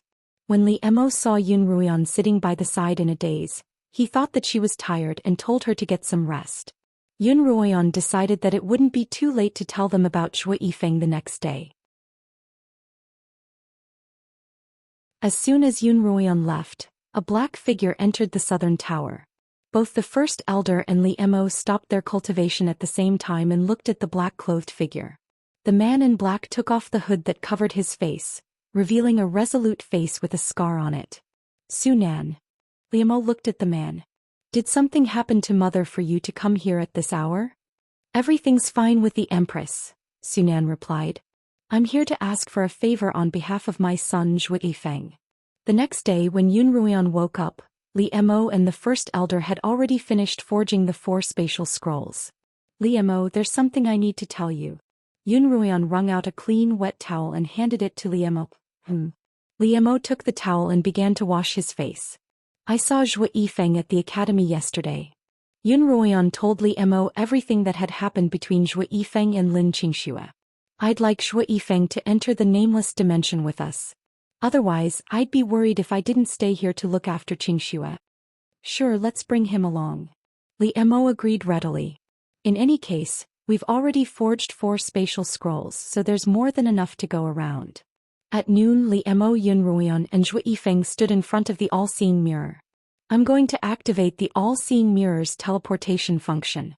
After you enter, you might appear in midair, so make sure to land safely on your swords, the first elder reminded them. The all-seeing mirror had a teleportation function, but the number of people it could teleport was limited. Moreover, because there was no teleportation array on the ground, those who were teleported would appear in midair rather than on the ground. As a result, if a large number of students were to be teleported from the academy to the trial, they would still use a teleportation array that had been set up in advance. Yun Ruoyan felt a blinding white light envelop her and she closed her eyes. Then a gust of wind suddenly blew, causing her hair and clothes to flutter, and her entire body became weightless. In the process of falling, Yun Ruoyan felt 2 hands simultaneously grab her left and right hands, slowing her descent. The white light disappeared, and when Yun Ruoyan opened her eyes, she found herself surrounded by misty white clouds. Li Mo. Yun Ruoyan called out loudly, but her voice was blown back into her mouth by the strong wind. She turned her head with great difficulty, only to see Li Mo and Zhou Yifeng holding onto her left and right. The moment the 3 of them passed through the clouds, the fog in front of Yun Ruoyan cleared, revealing a vast expanse of emerald green below. Li Mo and Zhou Yifeng both summoned green swords beneath their feet, and the 3 of them stopped their descent. Li Mo wrapped his arm around Yun Ruoyan's waist, and Zhou Yifeng let go, allowing Yun Ruoyan to fall into Li Mo's embrace. I didn't expect this place to be even more beautiful than the all-seeing mirror. Yun Ruoyan looked down from Li Mo's arms. The verdant canopy of the trees seemed to connect the heavens and the earth. The sky was clear and the clouds were as thin as silk. It was truly a paradise. The spiritual energy here is also much denser than on the Qinyuan continent. Li Mo's voice rang out by Yun Ruoyan's ear. Upon hearing Li Mo's words, Zhou Yifeng and Yun Ruoyan both activated a spiritual gathering technique. Indeed, the spiritual energy here seemed to be twice as dense as on the Qinyuan continent. Let's find a place to settle down first, Zhou Yifeng said before flying down on his sword. Li Mo and Yun Ruoyan followed closely behind. The 3 of them flew along the treetops for about 15 minutes before Yun Ruoyan finally saw a glistening spot not far from where they were. There's a lake over there. Let's head over, Li Mo said, and the 3 of them began flying toward the lake. However, just as the 3 of them were flying, a sudden change occurred. The clear blue sky suddenly darkened, and a gust of wind blew countless leaves from the canopy, sending them flying toward Yun Ruoyan's group like daggers.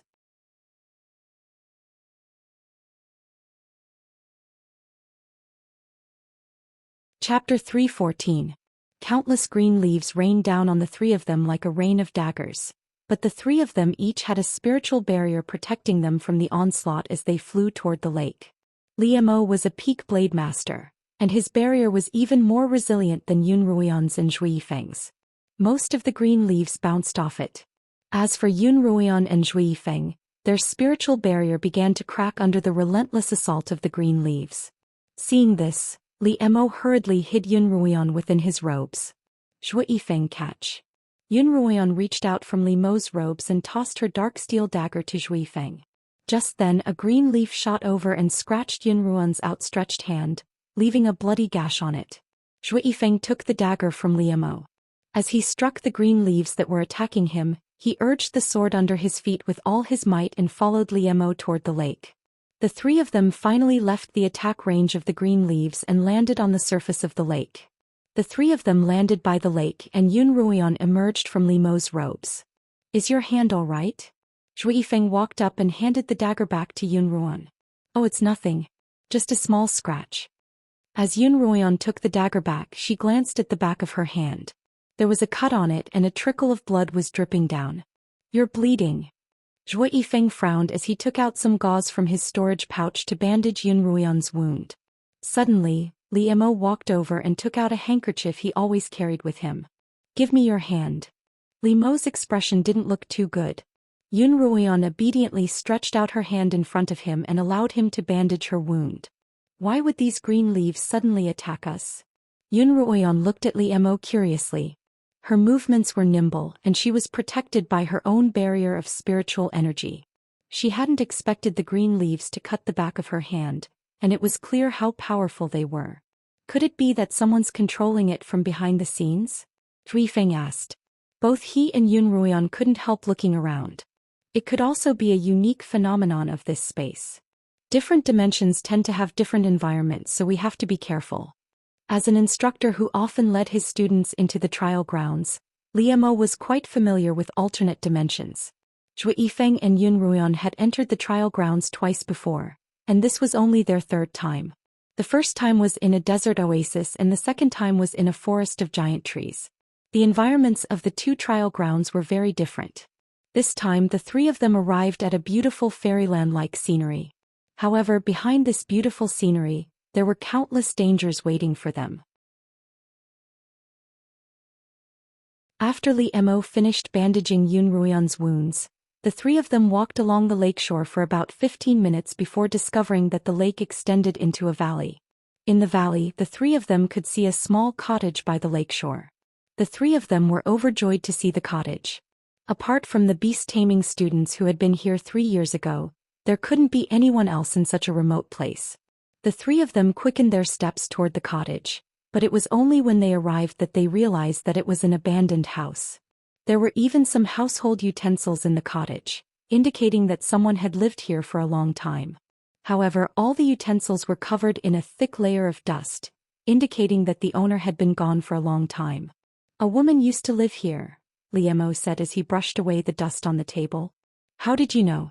What did you discover? Yun Ruoyan looked at him. Li Mo pointed to a wooden comb by her hand. This is a comb that women use to comb their hair. Yun Ruoyan walked over and saw that it was indeed a comb with a peach blossom carved on it. A husband and wife lived here, right? Zhou Yifeng asked from the corner of the room. Yun Ruoyan and Li Mo looked at him. Zhou Yifeng pointed to a wooden cradle by the corner of the room. This is an infant's cradle and it's only half finished. Were there any married couples among the students who came with you? Yun Ruoyan asked Li Mo. Li Mo shook his head. No, but there were male and female students. It's not impossible that they got married later on. But where did they go now? Yun Ruoyan looked at the half-finished cradle. Zhou Yifeng and Li Mo shook their heads, unable to answer that question. The furnishings here are clean and tidy, and the cradle is only half-finished. Although they left in a hurry, they probably left of their own volition, Zhou Yifeng continued. Not necessarily, Li Mo replied. It's possible that they were forced to leave before they even had a chance to enter the house. The three of them didn't find anything of value in the house, so they walked out. Instead of lingering by the lake, they headed into the nearby forest to investigate the situation. Perhaps it was due to the abundance of spiritual energy here, but the vegetation here was extremely lush and verdant, even taller and more luxuriant than on the Qinyuan continent. However, the three of them had experienced the giant forest in the past, so they were no longer surprised by the tall trees in front of them. In the forest, the three of them walked for about the time it takes for a stick of incense to burn. Suddenly, there was a commotion in the forest in front of them. Dozens of rabbits, pheasants, and a few other small animals that Yun Ruoyan couldn't name came running over. Mistress, there's a magical beast up ahead, Qiu reported in Yun Ruoyan's mind. Yun Ruoyan nodded. She had also sensed the aura of magical beasts and a large number of them at that. However, based on their auras, these beasts should be low-rank beasts that weren't very lethal. The three of them didn't stop, continuing in their original direction. Not long after, an even louder commotion could be heard from up ahead. The first thing Yun Ruoyan saw were 7 or 8 red dog-like beasts sprinting toward them from the forest ahead. Hounds, Zhou Yifeng remarked. As he spoke, he unslung his bow from his back, knocked an arrow and fired at the hounds in front of them. The powerful arrow pierced through the body of the fierce mane hound after killing it, and landed on the head of the fierce mane hound behind it. That hound let out a pained howl before collapsing to the ground. The hounds that had been running were so startled by this sudden attack that they stopped in their tracks. However, more and more hounds began to run up from behind, forcing those that had stopped in front of them to charge toward Yun Ruoyan's group once more. What's going on? Is it a stampede of beasts? The three of them leaped up a large tree and watched in shock as nearly 1,000 hounds ran past them. Although the hounds weren't high-rank beasts, it was still rare to see such a large number of them. Normally, there would only be thousands of magical beasts in a beast tide, and they were all made up of different magical beasts. But now there were thousands of fierce-maned hounds. Surely they can't be the only beasts here, can they? Yun Ruoyan asked. That day in the all-seeing mirror, there were many different species of beasts. This place is indeed different, Liemo said. Let's continue forward. By this time, nearly 1,000 hounds had passed by them. Holding Yun Ruoyan's hand, Liemo jumped down from the tree and the three of them continued forward. What the three of them didn't expect was that another batch of red-eyed wolves, if not 1,000 then a few hundred. These red-eyed wolves were of a higher level than the fierce-maned hounds. Some of the red-eyed werewolves weren't as observant as the whole-maned hounds. When the main group left, nearly 30 red-eyed werewolves surrounded the tree that the three of them were standing on. Evidently they were treating the three of them as prey. The red-eyed wolves weren't high-rank beasts, but Xianxia had said that their beast cores contained fire-attuned spiritual energy, and that they could be refined into a fiery pill that could speed up one's cultivation. As a result, Yun Ruoyan decided to kill a few of them. It's been a long time since I've hunted beasts, so let's get some practice today. Yun Ruoyan bade farewell to Liemo and Zhou Xian before jumping down from the tree, dagger in hand. As soon as the 30 red-eyed wolves saw Yun Ruoyan jump down from the tree, they pounced on her without hesitation, and Yun Ruoyan's spiritual barrier immediately began to seep out of her body. Although the red-eyed wolves had sharp claws and sharp fangs, their cultivation was too low, and they couldn't break through Yun Ruoyan's 8th-rank Blademaster's barrier. Relying on the barrier's protection, Yun Ruoyan didn't need to defend herself at all. She raised the dagger in her hand and stabbed at the red-eyed wolves by her side, one at a time, each stab aimed at a vital point. In a short while she had killed more than 10 red-eyed wolves. Only then did the remaining wolves realize that these beasts weren't food for them to hunt, but hard bones that they couldn't even chew on. The remaining dozen or so demon wolves gave up on attacking, turned around and chased after the large group. Yun Ruoyan was enjoying her hunt to her heart's content. Because of the spiritual barrier's protection, there wasn't a single trace of blood on her body.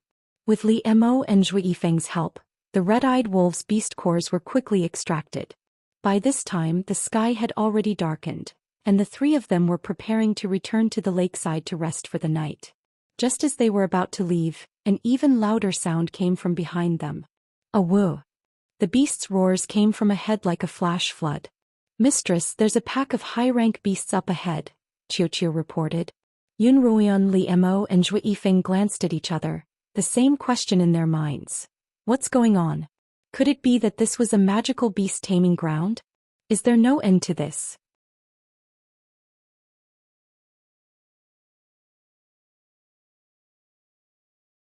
Chapter 3:15. Before the three of them had much time to react, another group of beasts appeared in the forest in front of them. These beasts were large and covered in tiger pelts, and there was a large Wong character on their heads. They looked like giant tigers, but they had 2 fangs protruding from their mouths. These were the saber-toothed tigers that Yun Ruoyan had slain before. The saber-toothed tigers were high-rank beasts, and their attacks were many times stronger than those of the fiery-maned hounds and red-eyed wolves. None of the three dared to take them lightly, and they all leapt up into the trees. There were more than 200 saber-toothed tigers in this group, and each one of them was enormous in size.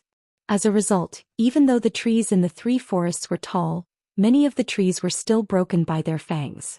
As Zhou Yifeng looked at the fangs of the saber-toothed tigers, an idea popped up in his mind. He only had less than 10 tiger canine arrowheads left in his quiver. Although they could be recycled and reused, he had still expended quite a few of them in battle. Of the 30 that Yun Ruoyan had gifted him, there were now only 10 left. Zhou Yifeng wouldn't bear to use these 10 arrowheads unless absolutely necessary, but the saber-toothed tiger's fangs were extremely valuable, and they were almost priceless in the capital. He hadn't expected them to be everywhere in the forest, and if he didn't make a move now, he wouldn't have such a good opportunity in the future. Zhou Yifeng thought excitedly. This time I have to get 8 or 10 fangs and forge them into a few hundred arrowheads. Although that was what Zhou Yifeng was thinking, he wasn't in a hurry to act rashly. Given the 3 of them's strength, even 10 such high-rank beasts wouldn't be a problem. But now there were nearly 200 of them. If these 200 saber-toothed tigers were to be provoked, it would be no laughing matter. Thus Zhou Yifeng quietly waited. When the 200 magical beasts were almost gone, Zhou Yifeng pulled out an arrow with a tiger-tooth arrowhead from the quiver on his back. He aimed it at one of the saber-toothed tigers and shot it, piercing its head with a single strike. The saber-toothed tiger howled. Although it didn't die, it collapsed to the ground, unable to get up. Zhou Yifeng was about to shoot a second tiger when Li Mo stopped him. What's wrong? High-rank beasts like saber-toothed tigers are extremely loyal to their companions. Under normal circumstances, you'll only hunt them when they're alone, Li Mo explained. If you hunt them like this, they'll take revenge. Although Zhou Yifeng was good at hunting, he didn't know much about high-level magical beasts. This was the first time he heard of such a thing. Indeed, as soon as Li Mo finished speaking, the saber-toothed tigers behind him stopped in their tracks and surrounded the injured tiger. One of the larger saber-toothed tigers raised its huge head, its 2 golden tiger eyes looking at the tree that everyone was hiding in. Zhou Yifeng once again knocked an arrow and aimed it at the saber-toothed tiger. Li Mo reached out and pressed down on the arrow. Then Li Mo looked at the tiger's golden eyes and stretched out his hand to draw a complicated pattern in its direction that Yun Ruoyan couldn't understand. The diagram emitted a scarlet glow of spiritual energy as it floated in midair. When the saber-toothed tiger saw the scarlet diagram, its eyes narrowed, and it lowered its huge head in Li Mo's direction.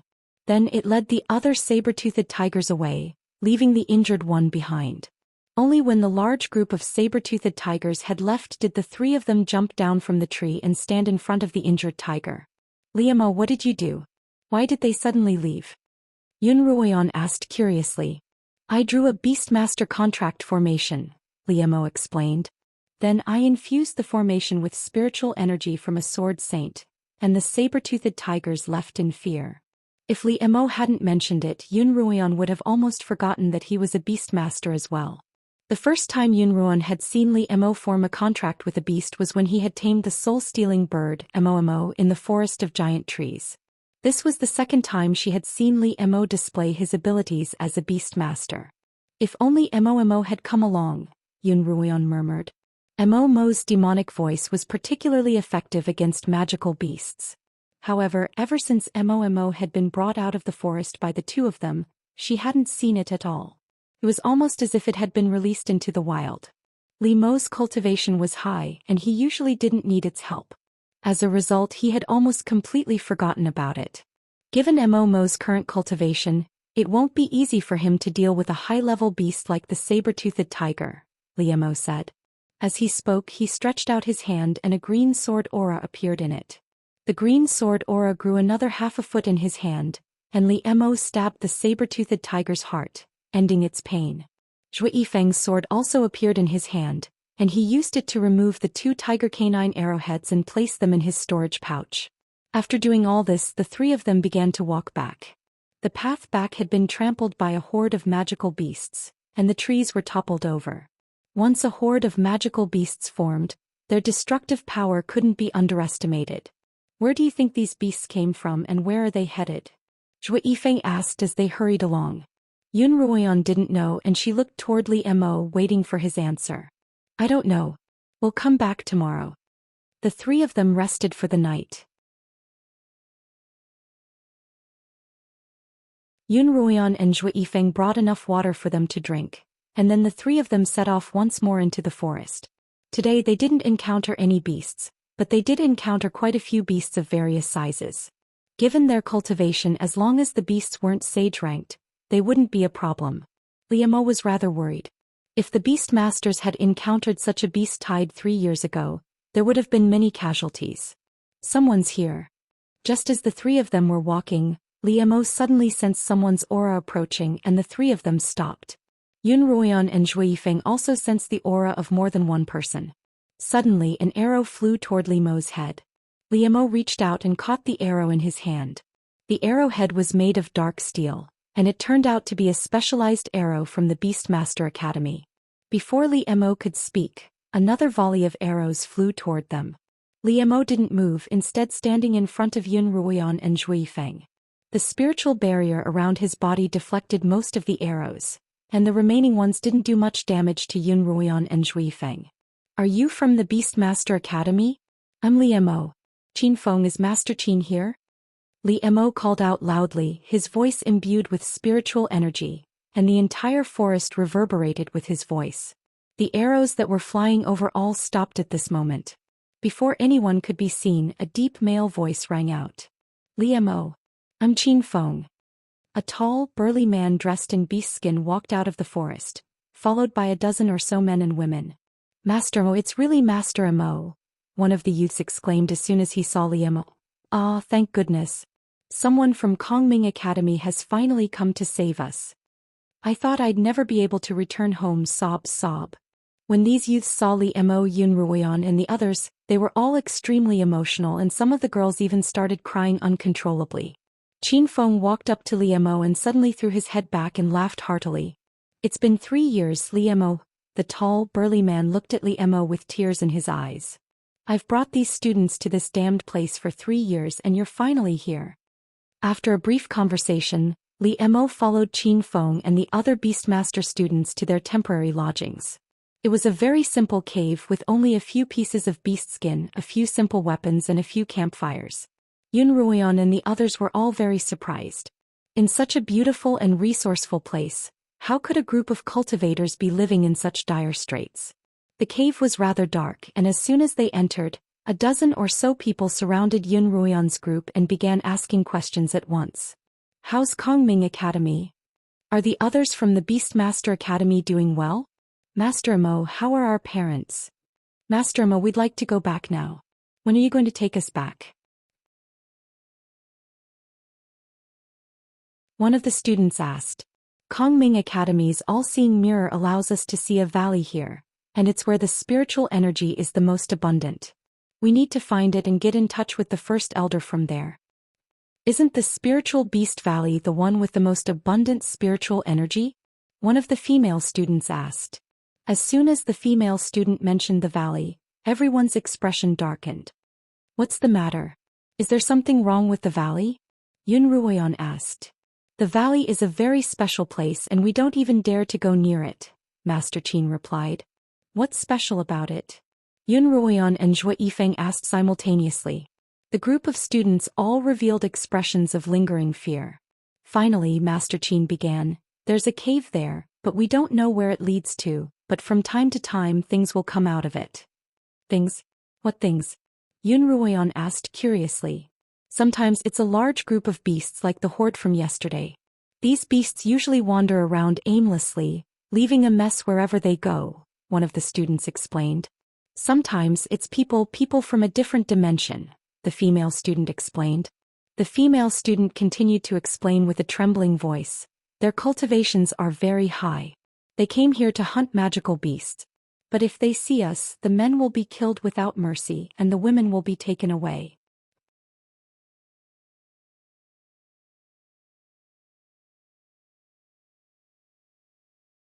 Chapter 316. Yun Ruoyan, Zhui Yifeng and Li Mo were all stunned by the explanations of the students and Master Qin. There was actually a cave here that could connect to another world. Qin Feng, what exactly happened after you arrived here 3 years ago? Li Mo's gaze swept over the surrounding students. I remember very clearly that when the first elder and I brought you in 3 years ago, there were 33 of you. Now there are only 16 of you left. Have the rest been killed? Qin Feng sighed, slowly recounting the events of the past 3 years to Li Mo. Back then, Qin Feng had brought a total of 33 students and instructors from the Beast Taming Hall through a formation set up by the All-Seeing Mirror. However, as soon as they entered, they encountered a horde of high-rank beasts at that. Although the cultivation of these 33 people was not low, In a situation where they were completely unprepared, they could not withstand a single blow from the high-grade demonic beasts. The 33 people were quickly scattered by the demonic beasts. I brought 7 people to search for the scattered students. After 3 days we were only able to find 11 people. The rest of the students went missing during the attack of the demonic beasts. Even now we don't know if they are alive or dead. Qin Feng said in a low voice. One of those magical beasts was a bloodthirsty demon lion. I saw a senior sister get swallowed by one of them, and the rest of the juniors were likely in their stomachs as well, a skinny, muscular youth said. A skinny, muscular youth called out. Yun Ruoyan had heard the others call him Tian. I didn't expect to encounter such danger as soon as I entered, nor did I expect to see so many missing students. As a result, I gave up on the idea of hunting the beasts. All I wanted to do was find the missing students and return to the academy, Qin Feng continued. Qin Feng continued, but 5 days later when we returned to the formation according to the original time, we discovered that the formation had disappeared. We had completely lost contact with the academy. At that time, Qin Feng and his students had tried all sorts of methods to contact the academy, but all of them had failed. In the end they had given up all hope. Apart from the despair of not being able to contact the academy, they soon discovered that this seemingly beautiful space was actually filled with unimaginable dangers. Beasts would appear from time to time, as well as strange winds that would suddenly appear, as well as ferocious beasts that would devour humans. What was even more frightening was that one day they actually met people from another world in a valley. At first we were very happy to see them, thinking that they were people from the Qinyuan continent. We thought that we could go home with them, but when they found out about our current situation, they immediately turned violent, said a female student called Haiyan. Out of our 3 instructors, 2 of the male instructors were killed on the spot, and the female instructor was kidnapped by them. They said that they would bring her back to a place called the Darkest Land to be sold, Atian said. At this point there was a short period of silence in the cave. This was something that the surviving students did not want to recall. They needed time to calm their pain and fear. In that case, how did you escape from them? Yun Ruoyan asked after a short while. Didn't we escape? Qin Feng replied, these people are extremely cruel and vicious. They feel that killing us like this is too boring, so they want to play a game with us. Every time someone is chosen to play with them, the loser will be killed. All 7 of my instructors were killed in the game and I'm the only one who survived. What kind of game? Yun Ruoyan and Zhou Yifeng asked almost at the same time. Yun Ruoyan clenched her hands tightly. Because she was so angry, her hands had turned red. Zhou Yifeng also gripped his bow tightly. Qin Feng said that this game was called the Gopher's Game by the people from the other dimension. They believed that they were of a higher status than the people from the Qinyuan continent, so they called themselves Gophers. The so-called Gopher's Game was to divide up a region and have one of Qin Feng's students enter that region as prey, while the people from the other dimension would enter to hunt. It would last for 3 days.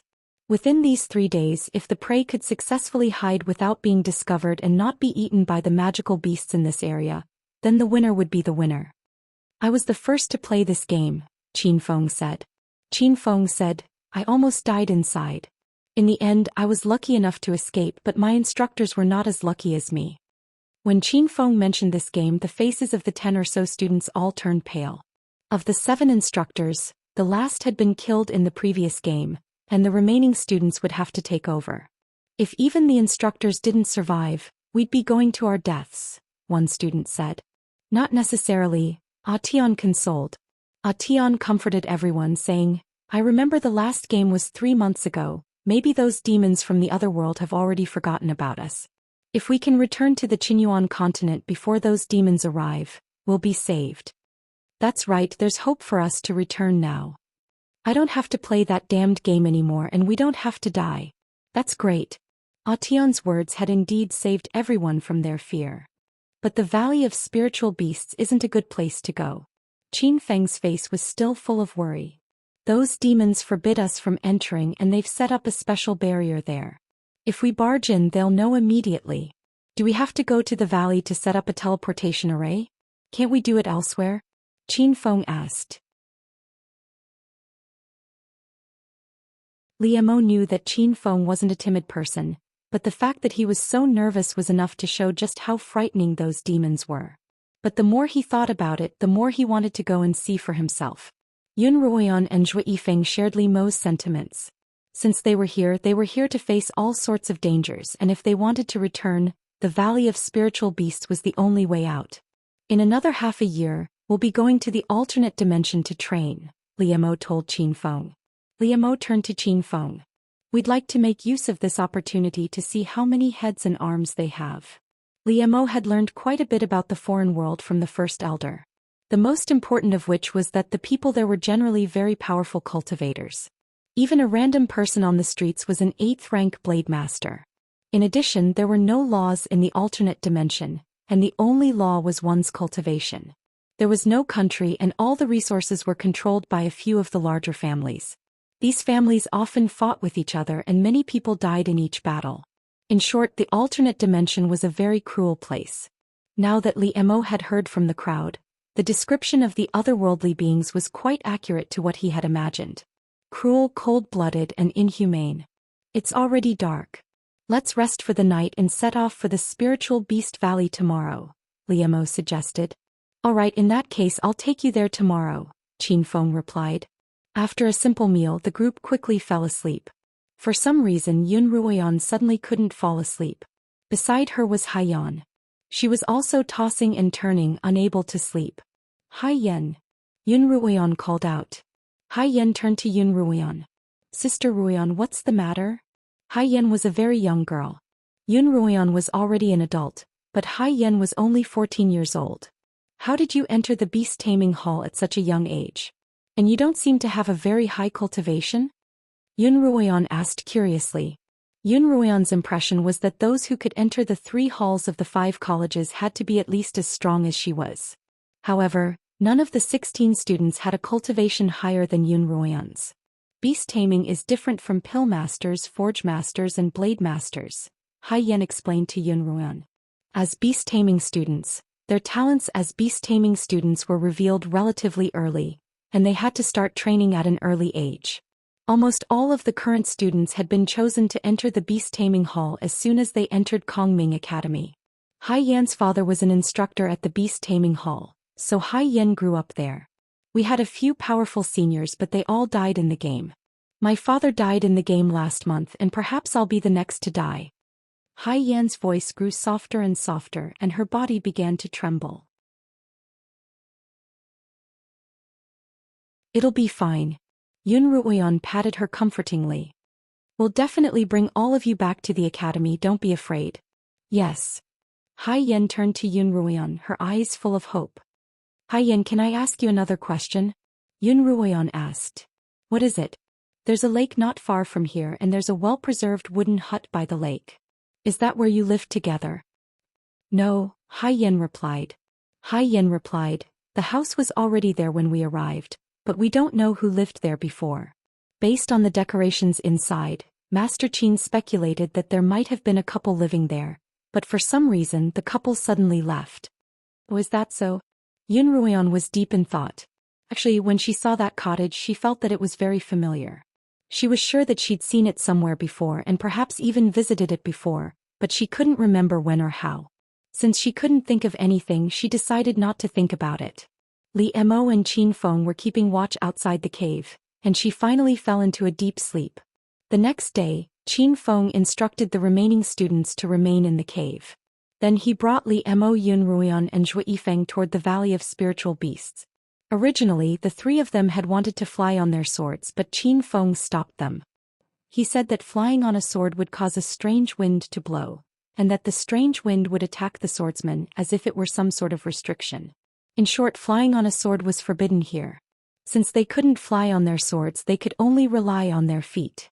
The 4 of them traveled without stopping for an entire day before finally arriving at the Valley of Spiritual Beasts, which was said to be a terrifying place, but looked like a paradise in the all-seeing mirror.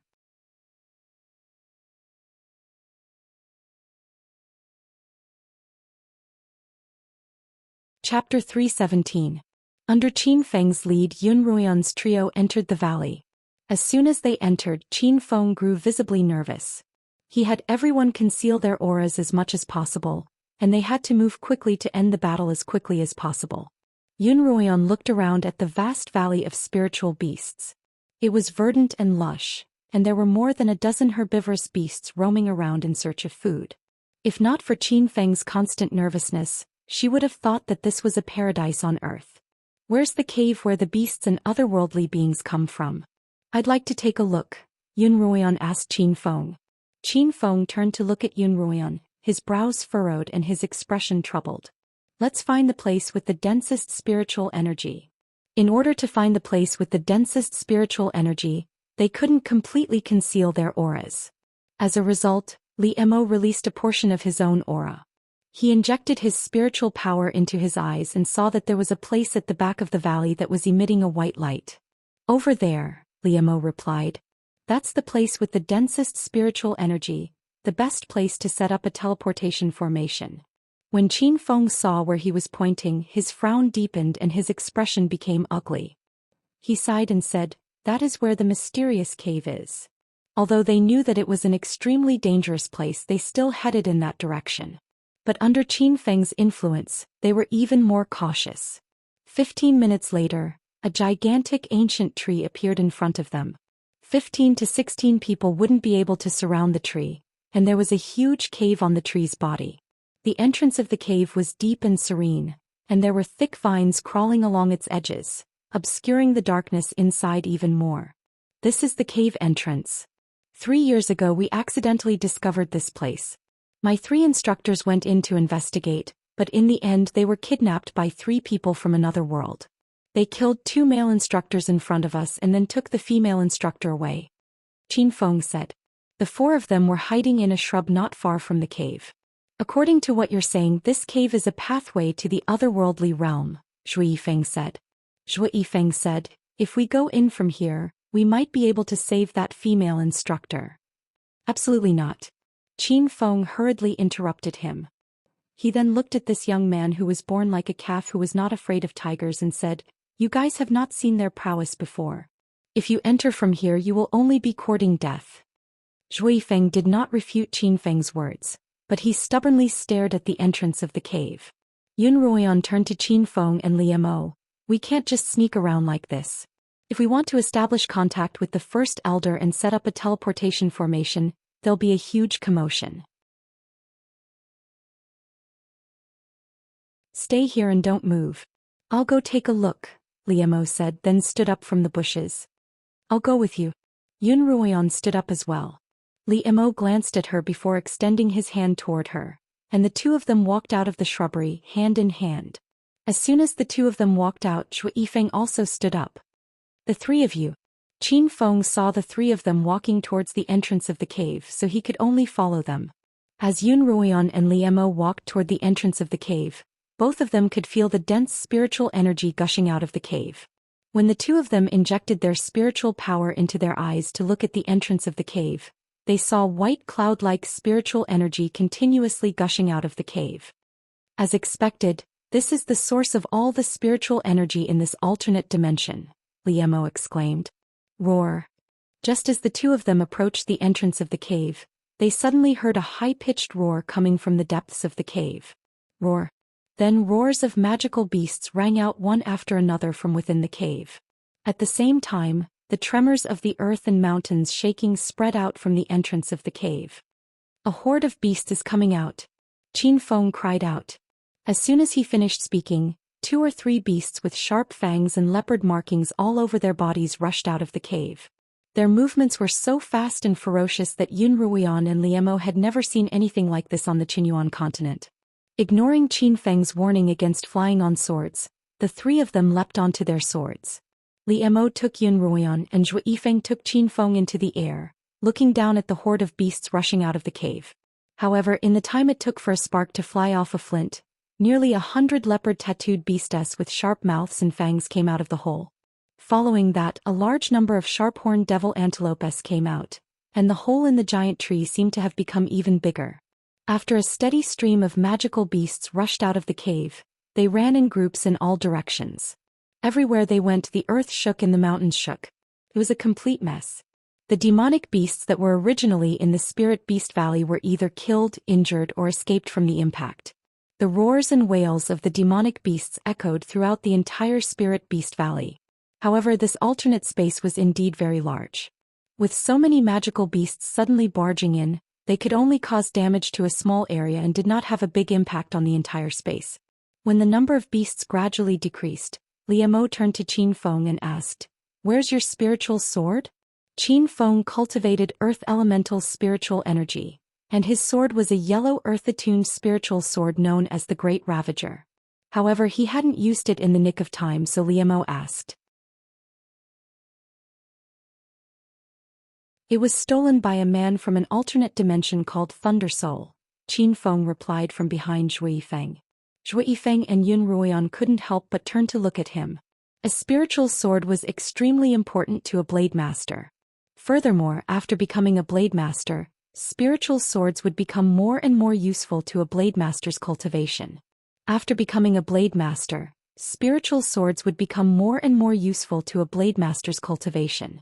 If a blade master's spiritual sword was destroyed or stolen, they would have to replace it with a new one. Otherwise, their cultivation would slow down or even stagnate. "I suggest that we leave this place immediately." Despite his tall and burly figure, Qin Feng always seemed timid, which Yun Ruoyan and Zhou Yifeng didn't like. Even Li Mo frowned.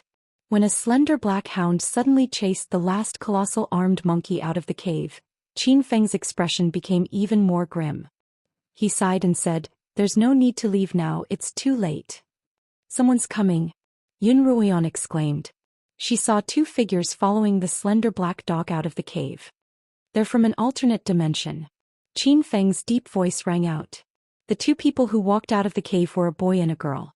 Both looked to be younger than Yun Ruoyan, around 12 or 13 years old. The girl was dressed in a bright red outfit, and her hair was slightly red, tied into a high ponytail. Her face was a contradictory combination of immaturity and beauty. The youth, on the other hand, had short hair that was as red as fire, and clumps of hair pointed in all directions. He was dressed in black, revealing his muscular arms, and carried a large sword on his back. Both of them were young, but they gave off an aura of sharpness that didn't match their age. The young girl raised her head and saw the four people in the sky. She let out a cry of surprise and a smile appeared on her face. She turned to the youth beside her. "Thunderbolt, look. There are 3 new faces here." The youth tilted his head and said with some interest, "3 people are fun. Hunters are always more interesting than hunting wild beasts, and I like the taste of human blood. 2 of them can fly on their swords and they should be 8th rank blade masters," the girl said, tapping her chin with a finger. "That's rare. I heard that the hamsters in the lower realms have to train until they're 20 or 30 to become 8th rank blade masters, but these people look pretty young." As the youth spoke, he felt a gaze land on him and he turned to meet Zhou Yifeng's gaze. Their gazes were equally sharp and piercing, and it seemed as if sparks would fly even from a distance. Interesting, the youth began to grow excited. How dare they be so arrogant with such a low cultivation? After saying that, he turned to the slender black hound in front of him that looked no different from a normal puppy and said, "Thunderbolt, go get me that kid with the bow." "No, Thunderbolt, bring me that girl in the red dress," the girl in the red outfit ordered. The black dog, Thunderbolt, didn't know what to do and could only shake its tail and walk around in circles. Thunderbolt glanced at Yun Ruoyan, who was hovering in Li Mo's arms. She was an extremely beautiful girl, a beauty that was rare even in their world. Thunderbolt turned to the girl and smiled. "That girl isn't bad. She should be worth quite a lot of spirit crystals in the Twilight Realm." Then the youth turned to Thunderbolt. "Bring me that girl and I'll reward you with a blood lingji mushroom." Black Hound Thunderbolt howled as it rolled on the ground. Then it stood up and stomped its hind legs in the direction of Yun Ruoyan. Like a bolt of lightning, it flew away. Whoosh! Zhou Yifeng fired an arrow at Black Hound, causing sparks to fly out from the bow in Zhou Yifeng's hand. Zhou Yifeng's archery had always been top-notch and he had never missed his target. Even Li Mo had acknowledged this. Now that he was an 8th rank blade master, the power of his arrows had doubled. Even if he couldn't kill the black dog, he should at least be able to injure it severely. But strangely, when the black hound saw Zhou Yifeng's arrow, its lightning-fast speed actually paused for a brief moment in midair. It was this strange pause that allowed the tiger canine arrowhead to graze the black hound's fur and miss its target. The black dog bared its sharp fangs and bit down at Yunruoyan. "Hey, Thunderbolt, don't bite through the skin or it'll be worthless," the youth called out anxiously, but his voice was stuck in his throat the next moment. Li Mo's hand was gripping the dog's neck and it was dangling in midair. Li Mo's hand was covered in a layer of blue ice and there was a fang mark on it.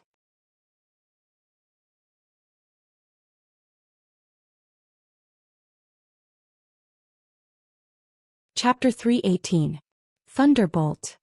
Li Mo shouted at the sky, his eyes glinting as he looked at Li Mo and Yunruoyan, who was still in his embrace. The black hound in Li Mo's hand was spitting out a mouthful of blood. Its tongue was hanging out of its mouth and there was a gaping hole in its chest. When the black hound had pounced at Yunruoyan, Li Mo had reached out to grab it, but the hound had agilely changed directions in midair and bit down on Li Mo's arm. However, Li Mo was a peak sword saint. His powerful spiritual energy immediately seeped out of his body, and a faint blue ice crystal formed on his arm. The black hound bit down on the ice crystal. It didn't look particularly special, but its fangs were incredibly sharp. Even the ice crystal formed by Li Mo's spiritual energy left a deep mark on it. Yunruoyan, on the other hand, didn't hesitate to stab the dagger in her hand into the black hound's heart. As a result, this scene unfolded in the blink of an eye. "You." The youth pointed a finger at Liam. "How dare you kill my cloud-devouring beast? I'll bury all of you with me." "You gophers sure have guts," Lai Yun yelled at Liamo and the others. "How dare you fight back? You must be tired of living." "What a joke. Are we just going to wait for death if we don't fight back?" Zhou Yifeng replied coldly. Li Mo held Yunruoyan in one hand and Thunderbolt in the other as he looked down at the youths below. Dressed in a black robe, he asked coldly, "Where did you come from? You lowly gophers aren't fit to ask us where we come from. Prepare to die." "Is that so?" Li Mo replied coolly, then loosened his grip. The black hound fell from the sky, landing heavily on the ground. Then the black hound's corpse began to transform. In the end, it turned into a rather large black magical beast. Unfortunately, it was already a dead magical beast. "Just you wait." The young man looked at the corpses of the magic beasts on the ground and took out the sword on his back. He formed a sword seal and the sword let out a yellow light and floated up. The youth leapt onto the sword and rose into the air, facing off against Yunruoyan and Li Mo's gaze landed on the giant sword beneath the youth's feet. It seemed extremely familiar to him. Without turning his head, he asked, "Qin Feng, is the sword beneath that kid's feet your obelisk?" "Yes, that's the great ravager that was stolen from me." Qin Feng said, "Liamo, this brat is called Splitter Yang. He's not hard to deal with. The hard one is his brother Splitter Mountain. His brother was also a peak blade master and was extremely powerful. Many of the barriers here were set up by him." Liamo narrowed his eyes, then beckoned at the Thunderbolt. Thunderclap's son was already furious, and Li Mo's provocation only served to inflame him further. With a loud roar, he retrieved a snow-white spiritual sword and charged at Liamo. Li Mo and the others had concealed their auras, and in the eyes of the youth and the girl, they were only 8th rank blade masters. When the youth charged at Li Mo abruptly unleashed his cultivation as a peak blade master.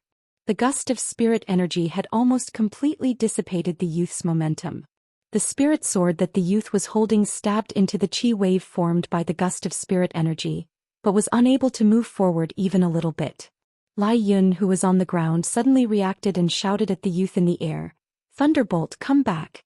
That person's hiding his strength and you're no match for him. Come back." Thunderbolt also reacted, but it was already too late. Li Mo raised the hand that had formed the blue crystal and extended it toward him. A blue vortex slowly formed in Li Mo's palm, and that blue vortex formed a suction force that slowly drew the youth into his palm. The girl panicked when she saw this, and with a flip of her hand she threw a flying dagger at Li Mo. Yunruoyan, on the other hand, had been paying attention to the girl's movements the entire time. She quickly deflected the dagger with a fireball. "She's hiding her strength as well?" Lai Yun was astonished. Yunruoyan had been concealing her cultivation as a 5th rank blade master all this time, but now she had suddenly revealed herself to be a peak 8th rank blade master. "Who are they?" the girl wondered. Aren't the hamsters supposed to have low cultivations? How could one of them be a peak blade master? By now, Thunderbolt was in Li Mo's hand, just as he had the dog, and Qin Feng's sword had returned to his hand. Go back and tell Splitter Mountain to bring back our female instructor in exchange for his brother, Li Mo instructed Lai Yun. Li Mo turned to Lai Yun. Tomorrow at the latest, or I'll have him collect his brother's corpse. The girl looked up at Li Mo as she retreated toward the entrance of the cave. Just you wait. If you dare harm a single hair on Thunderbolt's head, all of the hamsters here will die. As the girl disappeared into the cave, Li Mo's group didn't linger in the valley. Instead they hurried back. In order to save time on their way back, the group flew on their swords. The youth was tied up by Li Mo's vines and held up in his hands. As the youth cursed and pinched, Zhou Yifeng grabbed a handful of grass from the ground and stuffed it into the youth's mouth. On the way back they were once again attacked by the strange wind and leaves. This time, however, Li Mo's force field blocked the wind with spiritual energy. However, Yun Ruoyan discovered something strange. When the leaf had attacked, it had only attacked the four of them, not the youth in Li Mo's hands. As a result, Yun Ruoyan began questioning the youth. Hey! Yun Ruoyan kicked the youth. Let me ask you, why didn't the leaves attack you? The youth's mouth was stuffed with grass and he couldn't speak. Even if he could speak, he would only curse loudly. Hey! Yun Ruoyan kicked him again and the youth turned to glare at her, but Yun Ruoyan ignored him. After roughly 2 hours, the group returned to the cave. The dozen or so students were shocked to see Li Mo carrying a person from a different world. The youth was thrown into a corner of the cave. The students had all suffered at the hands of the otherworldly man, and they could no longer suppress the anger in their hearts. They began to beat and kick the youth. In the process, the grass in the youth's mouth fell out and he began to curse again. You lowly creatures, stinky hamsters, how dare you treat the second young master of the Splitter family like this? I'll crush you to pieces. Alright. But before we do, we'll kill you first for the sake of our seniors and instructors. Tianfeng shouted angrily. His kicks became heavier and heavier and the youth was soon beaten black and blue. Alright, that's enough. Yun Ruoyan walked over to the angry students. Tomorrow we're going to use him to exchange for your instructors. Don't kill him. Only then did the students stop beating the youth and disperse. Yun Ruoyan hugged her arms as she looked down at the bruised and battered youth on the ground. The youth spat out a mixture of grass and fresh blood. Stinky woman, don't think that I'll be grateful to you. When my brother comes to capture you, I'll still have to sell you. Yun Ruoyan stuffed his mouth with the grass on the ground again. That night, as they sat together for dinner, the students asked them what had happened in the spiritual beast valley. To boost their morale, Qin Feng recounted how Li Mo had captured the youth. Indeed, the students were greatly encouraged, and the fear of the otherworldly man that had been hanging over their heads for so long was greatly reduced. It turned out that the people from the other world were not invincible. I'll go take a look. Yun Ruoyan whispered into Li Mo's ear. She grabbed a roasted drumstick and a flask of water, walked up to the youth by the corner and kicked him. The youth opened his eyes. Yun Ruoyan knelt down and helped him up. Then she removed the grass from his mouth and brought the canteen to his lips. The youth first looked at Yun Ruoyan, but he didn't drink. Yun Ruoyan replied coldly, "Drink or you'll die of thirst before tomorrow." Only then did the young man open his mouth to drink a mouthful of water. He did not swallow the first mouthful of water. Instead, he rinsed and spat out the dirt in his mouth before drinking it in big gulps. After drinking the water, Yun Ruoyan handed the roasted drumstick to him before standing up to leave. Wait. The youth stopped Yun Ruoyan and said, I don't owe you a favor. Otherwise, you won't be satisfied when I kill you tomorrow. Yun Ruoyan smiled at the youth, waiting for him to speak again. The reason those leaves didn't attack me today was because I had a avoidance charm on me, the youth continued. My brother was the one who set up the restriction on flying swords, and he was the one who made the avoidance charm for me. Where is it? Yun Ruoyan squatted down again and looked at the youth with wide eyes. Show me that avoidance charm. It's in my arms, the youth replied. Help me loosen it and I'll show it to you. As soon as the youth finished speaking, Yun Ruoyan reached her hand into the youth's robes and began searching. Hey! The youth's eyes widened as he looked at Yun Ruoyan, who was only a few feet away from him. Found it! Yun Ruoyan exclaimed happily. She took her hand out of his robes and revealed a square object folded with yellow paper between her fingers. You little rat, how dare you? Not only did the youth's eyes widen, but he also seemed to be blushing. Yun Ruoyan held the yellow paper in her palm and glanced at the youth. Brat, don't call me a rat. You're in our hands right now, and when we save our people tomorrow, we'll see if the students here don't skin you alive.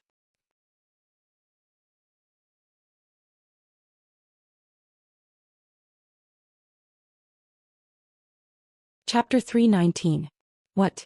I saved your people and you'll eat me alive? The youth laughed as if he'd heard the funniest joke in the world. Stop dreaming. Once my brother makes his move, you'll all die. Are all otherworlders as good at bragging as you? Yun Ruoyan crossed her arms and smiled at the youth. Weren't you the one who got your teeth knocked out today? Humph. The youth snorted. I'm only 13 this year and I'm a peak 7th rank blade master. Of course I couldn't defeat that black-robed man, but my brother is a 2nd rank sword saint. That black-robed man is at most a 1st rank sword saint, and he's nothing in front of my brother. Do you know how much of a difference in strength there is between a single rank and a sword saint's cultivation? I dare say that as long as my brother makes his move, that black-robed man will die for sure. The youth's words were extremely arrogant, but Yun Ruoyan didn't think he was boasting. After all, they knew far too little about the otherworldly world. Of those who had been to the otherworldly world, the first elder and Yun Lan, they were all extremely secretive about it, and Yun Ruoyan didn't know why. This time, however, she could learn more about the otherworldly world from this youth. Yun Ruoyan didn't interrupt the youth, but instead asked him a lot of questions with great interest. The youth had been quite depressed after being kidnapped, and now that he was bragging about how strong he was, it was a good way to vent his frustrations. Through the youth's explanation, Yun Ruoyan learned that the otherworldly world wasn't actually a single world, but rather a continent made up of many different dimensions. The Qinyuan continent was just one of the most insignificant of the many dimensions, and in the youth's words, they belonged to the lowest realm. The continent the youth was on was called the Qinyuan continent, a mid-ranked continent. Apart from the low-ranked and mid-ranked continents, there was also a high-ranked continent called the Extreme Abyss continent. Those who came to the Dark Abyss continent from lower realms were called gophers by the natives of the Dark Abyss continent. There were 2 reasons for this name. One was because they felt that people from lower realms were too insignificant, and the other was because they would be given an identity medallion upon entering the Dark Abyss continent. The emblem of a gopher was carved into the medallion. Yun Ruoyan had learned from the youth that a large number of lower realm cultivators would go to the Dark Abyss continent every year. They had to do the hardest work there and their lives weren't guaranteed. On the Dark Abyss continent, people of lower realms usually lived like dogs, struggling at death's door. Many of them died on the Dark Abyss continent. The young man said, there are a few who manage to endure for a certain period of time and obtain the opportunity to return to a lower plane, but those people are as rare as phoenix feathers and qilin horns. The youth's words caused Yun Ruoyan to sink into deep thought. She'd had many fantasies about the alternate world, but she'd never imagined that it would be like this. It turned out that the Qinyuan continent was just a drop in the ocean of this world. It turned out that there were many other continents like theirs in this world. In the eyes of the otherworlders, they were as insignificant as rats from a low-tier plane, insignificant creatures that could be easily killed. Yun Ruoyan's worldview had been refreshed. This world was far more complex and vast than the one she knew. Hey, what's wrong with you? Are you scared out of your wits? The young man smiled and said, I advise you bunch of gophers to obediently welcome my big brother's wrath tomorrow with the attitude of a lowly creature. Maybe my big brother will be merciful and not kill you immediately. My brother loves to play games of catching people. If you can win the game by a fluke, then you can stay in the hunting ground and continue to struggle at death's door. You're the one who's living at death's door. Yun Ruoyan smacked the youth's head hard before turning to leave. Yun Ruoyan returned to Li Mo's side and told him everything she had heard from the youth. She also handed the square piece of yellow paper to Li Mo. Just like Yun Ruoyan, Li Mo fell silent for a long time after hearing all of this. Didn't the first elder tell you about the alternate world? Yun Ruoyan asked Li Mo. Yes, but only a small part of it, Li Mo replied. He's never mentioned it in such detail. What about Mother? Didn't she tell you about it? Now that Yun Ruian was married to Li Mo, she also addressed Empress Xue Tong as her mother. Yun Ruian knew that Empress Xue Tong was from an alternate world, but she didn't know exactly which one. Mother is from the extreme abyss continent that you mentioned. She's a holy maiden of the Silver Dragon clan, and her movements are restricted. She's never been to the extreme abyss continent, so she's not familiar with it. The extreme abyss continent is a high-class continent, and Mother said that it's sparsely populated and isn't as interesting as the human realm. That's why she found an opportunity to sneak into the Qinyuan continent to meet my father and stay here. Yun Ruian leaned her head on Li Mo's shoulder and closed her eyes.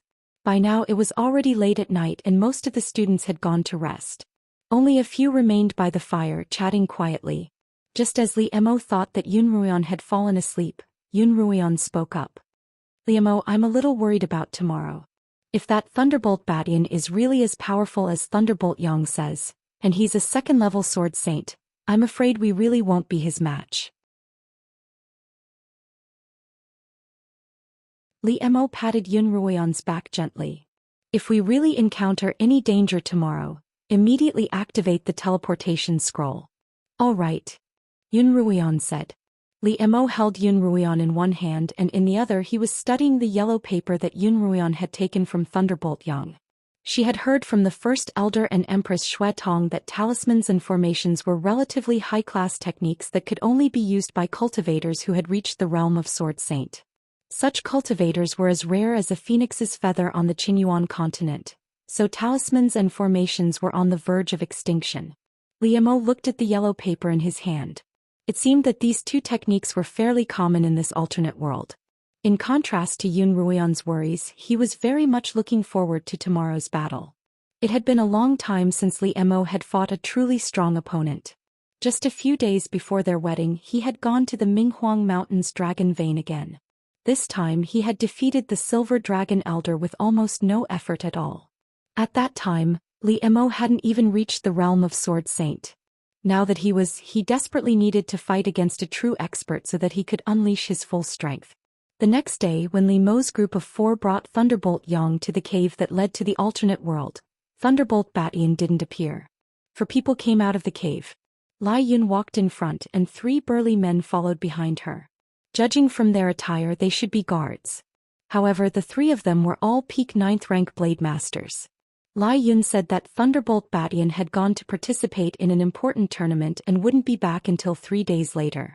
She also said that she'd already sent someone to search for the female instructor who had been sold off. The 2 parties agreed to meet again in 3 days to carry out the exchange, and within these 3 days, Li Mo's side had to ensure Thunderbolt's safety, while Lai Yun's side had to guarantee that no one would step into the valley. Yun Ruian was very happy with this arrangement.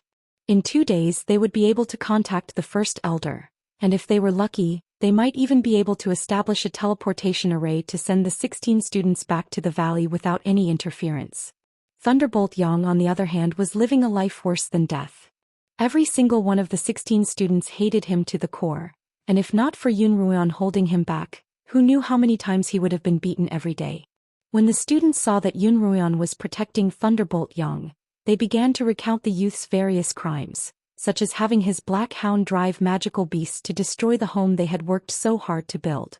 For example, he had injured one of the students and arrogantly mocked them in a game of manhunting. As the students recounted his crimes, Thunderbolt Yang only laughed at them the entire time, without the slightest hint of repentance. In his heart, the people in front of him were all lowly existences, even worse than the magical beasts he had raised. However, after Yun Ruian's warning, despite his disdain, Thunderbolt Yang didn't try to make things difficult for himself. The protection he had received over the past few days had made him feel a little grateful toward Yun Ruian, but he didn't know that Yun Ruian had a motive for doing so. Over the past 2 days, Yun Ruian had learned quite a bit about the Heiyuan continent that they would be heading to in half a year. There was no kingdom on the continent, only a few relatively powerful families. The Thunderbolt family, the Lai family, the Wu family, the Feng family, the Jing family, the Hua family and the Qin family. Thunderbolt Yang was the second young master of the Lai family, and his father, Thunderbolt, was the head of the Thunderbolt family. Yun Ruoyan also learned that the dimension they were currently in was just one of the Thunderbolt family's hunting grounds, a place where the scions of the large families could hunt for fun. Based on the youth's tone, Yun Ruoyan and the other gophers from the lower plains deserved to be hunted down as prey for entering their hunting grounds by mistake.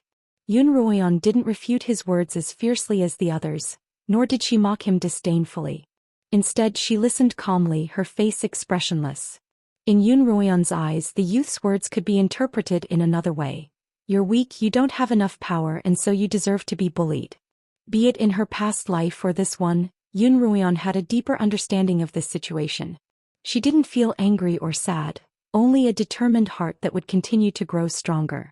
I'm not the same kind of person as these gophers, the youth said to Yun Ruoyan. How can you tell? Yun Ruoyan asked curiously. I don't know. It's just that I have a feeling that you and that black-robed ice-faced guy aren't from a lower plane. Yun Ruoyan and Li Mo had the Silver Dragon bloodline and the Demonic Dragon bloodline respectively. Strictly speaking, part of their bloodlines didn't belong to the Qinyuan continent.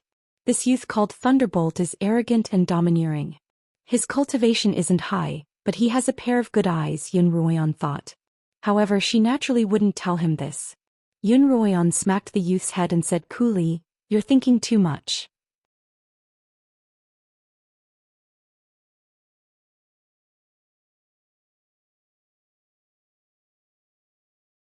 Chapter 320. You seem quite close to that black-robed man. What's your relationship with him? Thunderclap asked as Yun Ruoyan turned to leave. Husband and wife. He's my husband, Yun Ruoyan replied without turning around. In the dead of night, Yun Ruoyan slowly drifted off to sleep in Li Mo's embrace. In her daze she seemed to hear someone calling her name. Ruoyan, Ruoyan. The voice was very familiar. It was none other than her mother, Lin Yueme. Yun Ruoyan stood up in a daze and looked in the direction of the voice. Mother, mother. Yun Ruoyan searched for her mother amidst the white fog. Mother, where are you? In the blink of an eye, Yun Ruoyan had passed through the white fog and arrived at a valley. Under the bright moonlight, there was a small house next to a sparkling lake in the valley. Yun Ruoyan felt a sense of familiarity. Wasn't this the valley that they had arrived at when they had first entered this alternate dimension? Yun Ruoyan walked toward the hut, and when she finally got close to it, the sense of familiarity grew even stronger. Yun Ruoyan felt as if she had been here before, not when she had first entered this alternate dimension. Just then a voice came from within the hut. Longyin, do you think they'll find this place? Yun Ruoyan recognized the voice as her mother's. She hurriedly walked forward, but the door wasn't closed. Yun Ruoyan stepped inside. Then she saw Lin Yueme lying on the bed, her complexion not looking too good. Meanwhile, the man she called Longyin was feeding her a bowl of steaming rice mouthful by mouthful. I don't know either, Longyin replied. Although this alternate dimension is well hidden, it's not impossible for them to find it. Longyin stopped what he was doing and turned to Lin Yueme. Yueme, if you're afraid, I'll send you back to the Qinyuan continent.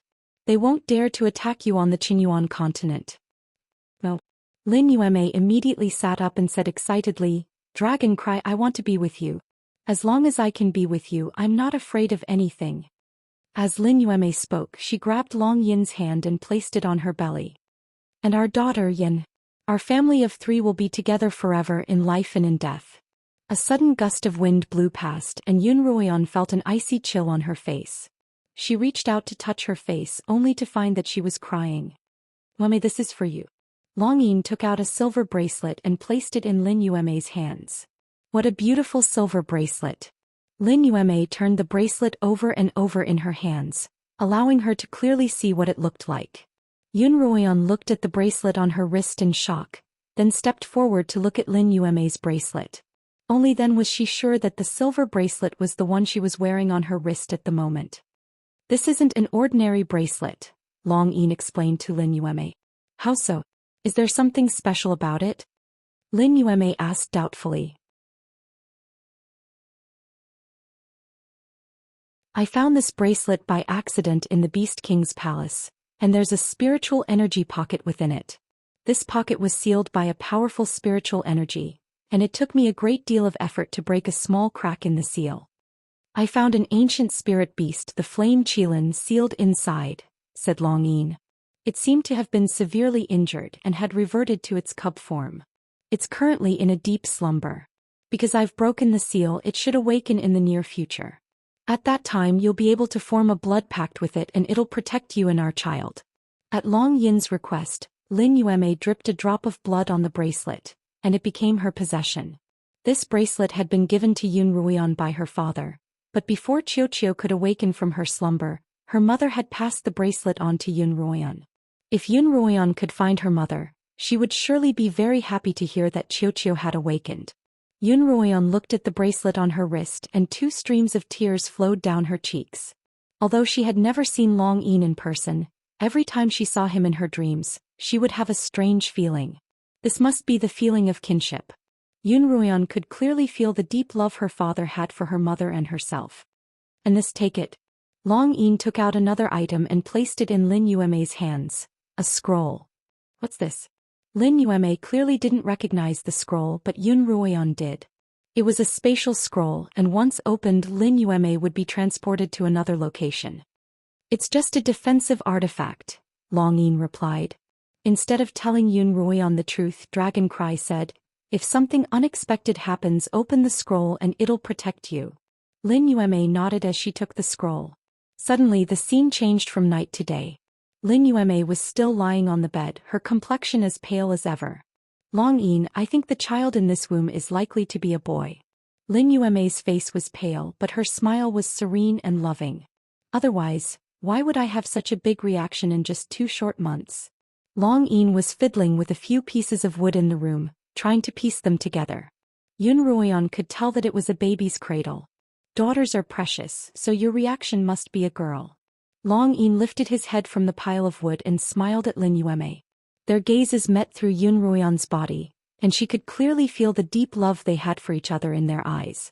Just then the earth shook violently and Lin Yueme screamed in fright. Yueme! Long Yin hurried forward to protect the frightened Lin Yueme. Young Master Long, you've really made it hard for us to find you.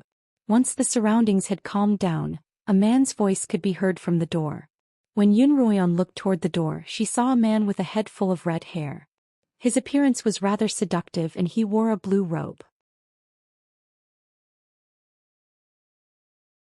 Behind him were several burly men dressed like warriors. I didn't expect to be found even after escaping all the way here.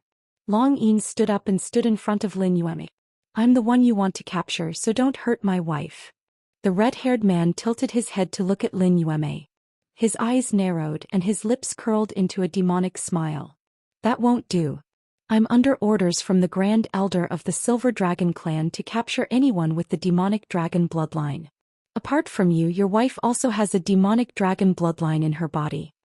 The red-haired man's gaze swept over Lin Yueme's abdomen, which she covered with her hand. You won't even spare a child, Long Yin murmured. The demonic dragon bloodline has the ability to resurrect the entire demonic dragon clan. The Silver Dragon Elder said that he'd rather kill 1,000 than let one live. The red-haired man said unhurriedly, however, if you are willing to tell us the location of the demon dragon tomb, we will destroy it and eliminate all the dragon souls. Your bloodline will be useless. In that case, we won't have to kill you. Do you want to consider it? Long Yin snorted. I won't betray my ancestors, so don't even think about it. Haven't you already betrayed them? The red-haired man continued. For the sake of the woman behind you, for the sake of your own life, you went against your own destiny and didn't heed the summons of the demonic dragon soul to resurrect them. Isn't that a betrayal? Not only are the silver dragons hunting you, but the demonic dragons are also searching for you. Only by destroying the demonic dragon clan will you be able to live a peaceful life, won't you?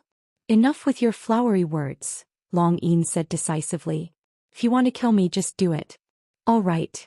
Seeing that Long Yin wouldn't budge at all, the red-haired man's expression turned cold. Then don't blame me for being impolite. After the red-haired man finished speaking, he gestured to the samurai behind him. The samurai pulled out their swords from their waists and walked towards the dragon. When I open the scroll, Long Yin turned to Lin Yueme. Protect yourself. Lin Yueme nodded, then opened the teleportation scroll in her hand. A white light shot out from the scroll and enveloped Lin Yueme. A moment later, Lin Yueme disappeared from everyone's sight. So there's such a trick. The red-haired man's anger flared as he pulled out a blood-red whip from his waist and lashed out in Long Yin's direction. Yun Ruoyan's entire body trembled as she awoke from her dream. What's wrong? Li Mo was awakened by Yun Ruoyan's movements. When he looked down at her, he saw that her face was deathly pale, her forehead was beaded with sweat, and there seemed to be tears at the corners of her eyes. I had a dream. Yun Ruoyan pressed her head tightly against Li Mo's chest. In my dream I saw my father and mother.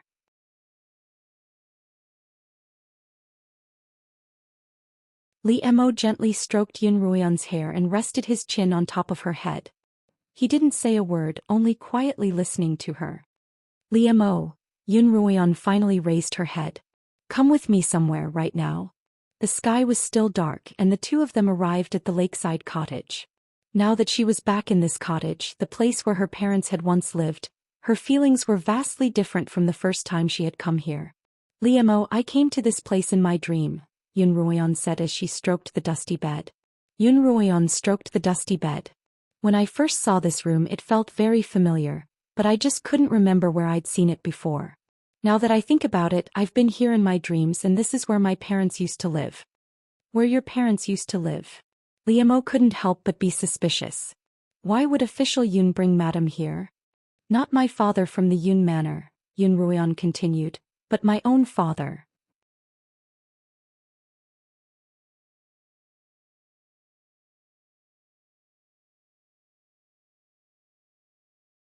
Chapter 321.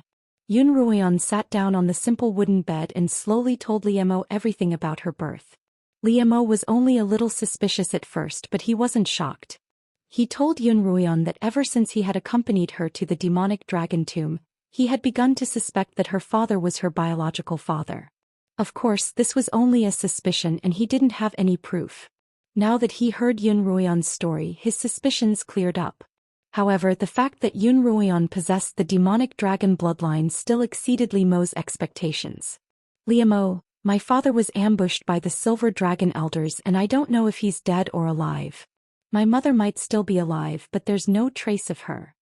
Yun Ruoyan curled up on the bed once more. I have the demonic dragon bloodline, and the silver dragons won't let me off if they find out. Don't worry, I'm here. Li Mo pulled her into his embrace. Even if a deity from beyond the heavens were to appear, I wouldn't let them harm you in the slightest. My mother's body is also in the hands of the silver dragon first elder, and will seek justice from him. By daybreak the group had once again arrived at the Valley of Spiritual Beasts. With Thunderbolt as a hostage, Yun Ruoyan's group didn't have to worry about any sudden attacks from the otherworldly realm. 2 days later, at the entrance of the valley, where the spiritual energy was the most abundant, Li Mo successfully established contact with the First Elder. When he learned that Qin Feng and a dozen other students were still alive, the First Elder was overjoyed. Using the all-seeing mirror as a medium, the two of them immediately began to construct a teleportation array. After spending an entire day and night, the two of them worked together to finally build the teleportation array. Qin Feng hurriedly rushed back to bring the 16 students to the teleportation array. By the time they reached it, it was already afternoon. Li Mo and Lai Yun had agreed to meet today, but they didn't know when they would arrive. Li Mo and the others didn't dare to waste any time, and they immediately sent the students through the teleportation array. Having stayed here for 3 years, the students were naturally elated to be able to return. Just as 6 out of the 16 students had been sent away, the roar of a magical beast could be heard from the other side of the tunnel. However, this roar came from a single magical beast and not from a group of magical beasts like last time. It's the sound of Thunderbolt. Thunderbolt exclaimed excitedly. Who's Thunderbolt? Yun Ruoyan looked toward the cave entrance. Thunderbolt is Thunderbolt's father, the cloud-devouring beast that you and that ice-faced fellow killed together. Thunderbolt answered honestly, Thunderbolt is my demonic beast and Thunderbolt is my brother's demonic beast. My brother is here. I advise you to run away or else you won't have a chance. Really?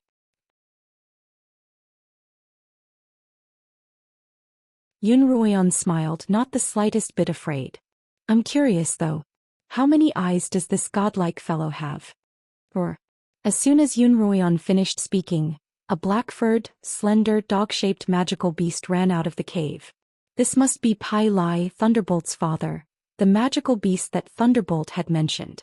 Indeed, the two beasts looked exactly the same. Because she had seen the cloud-devouring beast in its true form, Yun Ruoyan didn't dare to treat it as an ordinary dog-like beast, as she had seen Thunderbolt for the first time. Following behind the magical beast was Lai Yun, who was dressed in red, followed by a blue-robed man with a head full of red hair and a devilish appearance. Behind the man were 3 muscular warriors. Their attire was exactly the same as the warriors in the dream. When Yun Ruoyan saw the red-haired man, her heart trembled. She clearly remembered that this was the red-haired man who had barged into the cottage in her dream. Who's he? Yun Ruoyan suddenly pointed at the man, her voice so loud that Li Mo, Zhou Yifeng and Thunderclap all turned to look at her. He's my brother, Thunderbolt, Thunderbolt replied. He's a second-rank blade master. Hurry up and let me go, lest my brother gets angry and makes all of you die horribly. Even if we die horribly, we'll make sure to make you our scapegoats. Zhou Yifeng turned back and glanced coldly at Thunderbolt. By this time, 8 of the students had already passed through the formation, and the remaining 8 were about to pass through. It would take time for the 8 of them to pass through the formation. What do we do?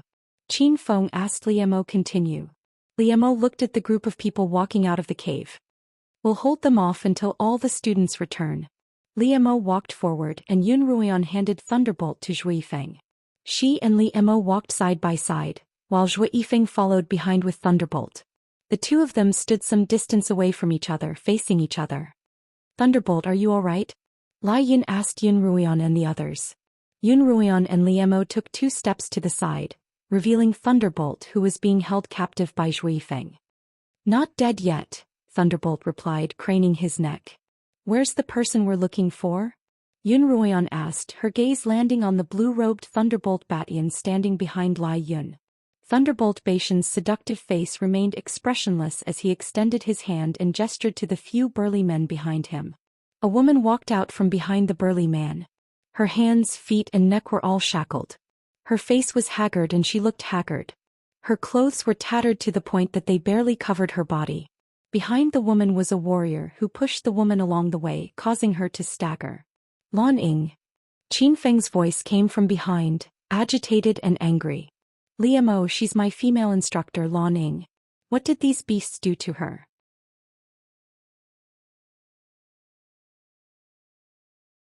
I'm going to kill them.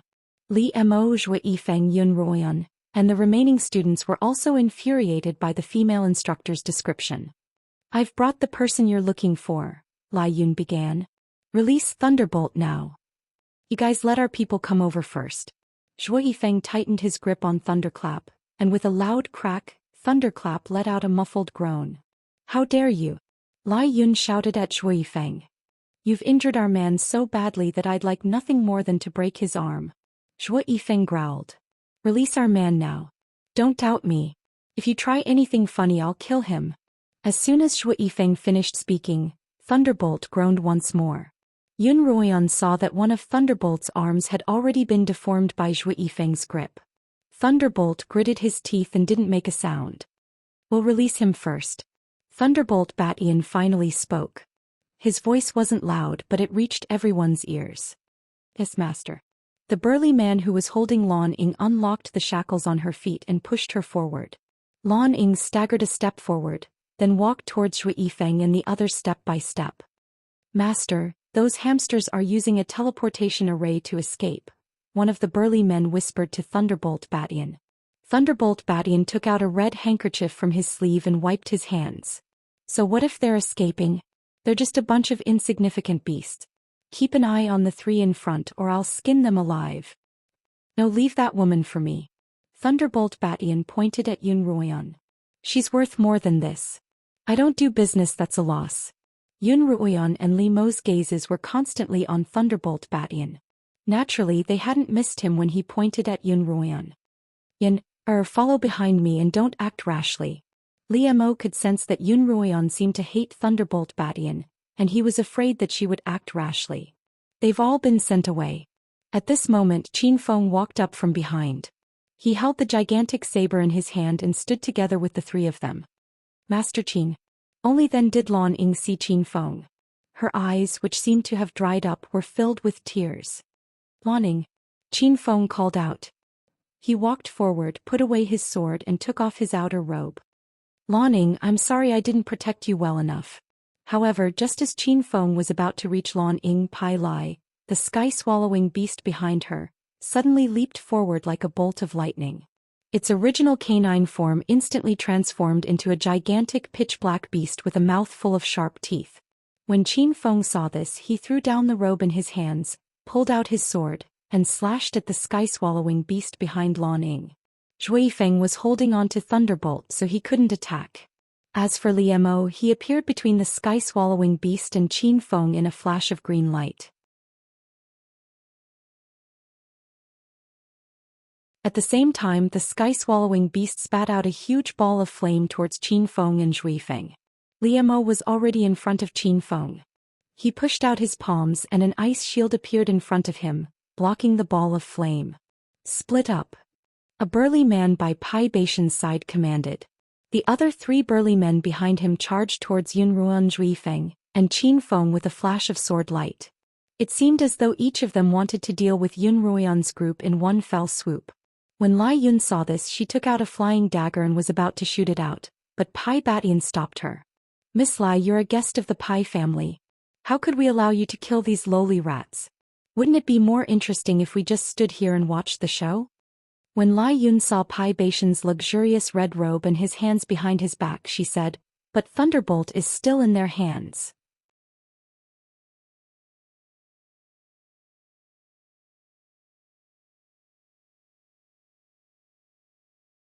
Chapter 322.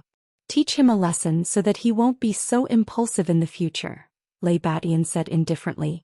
On the other side, Yunruan, Zhou Xian and Qin Feng had already begun fighting with the 3 burly men. Yunruan took out her scarlet eye spirit sword, which she wielded in her hand.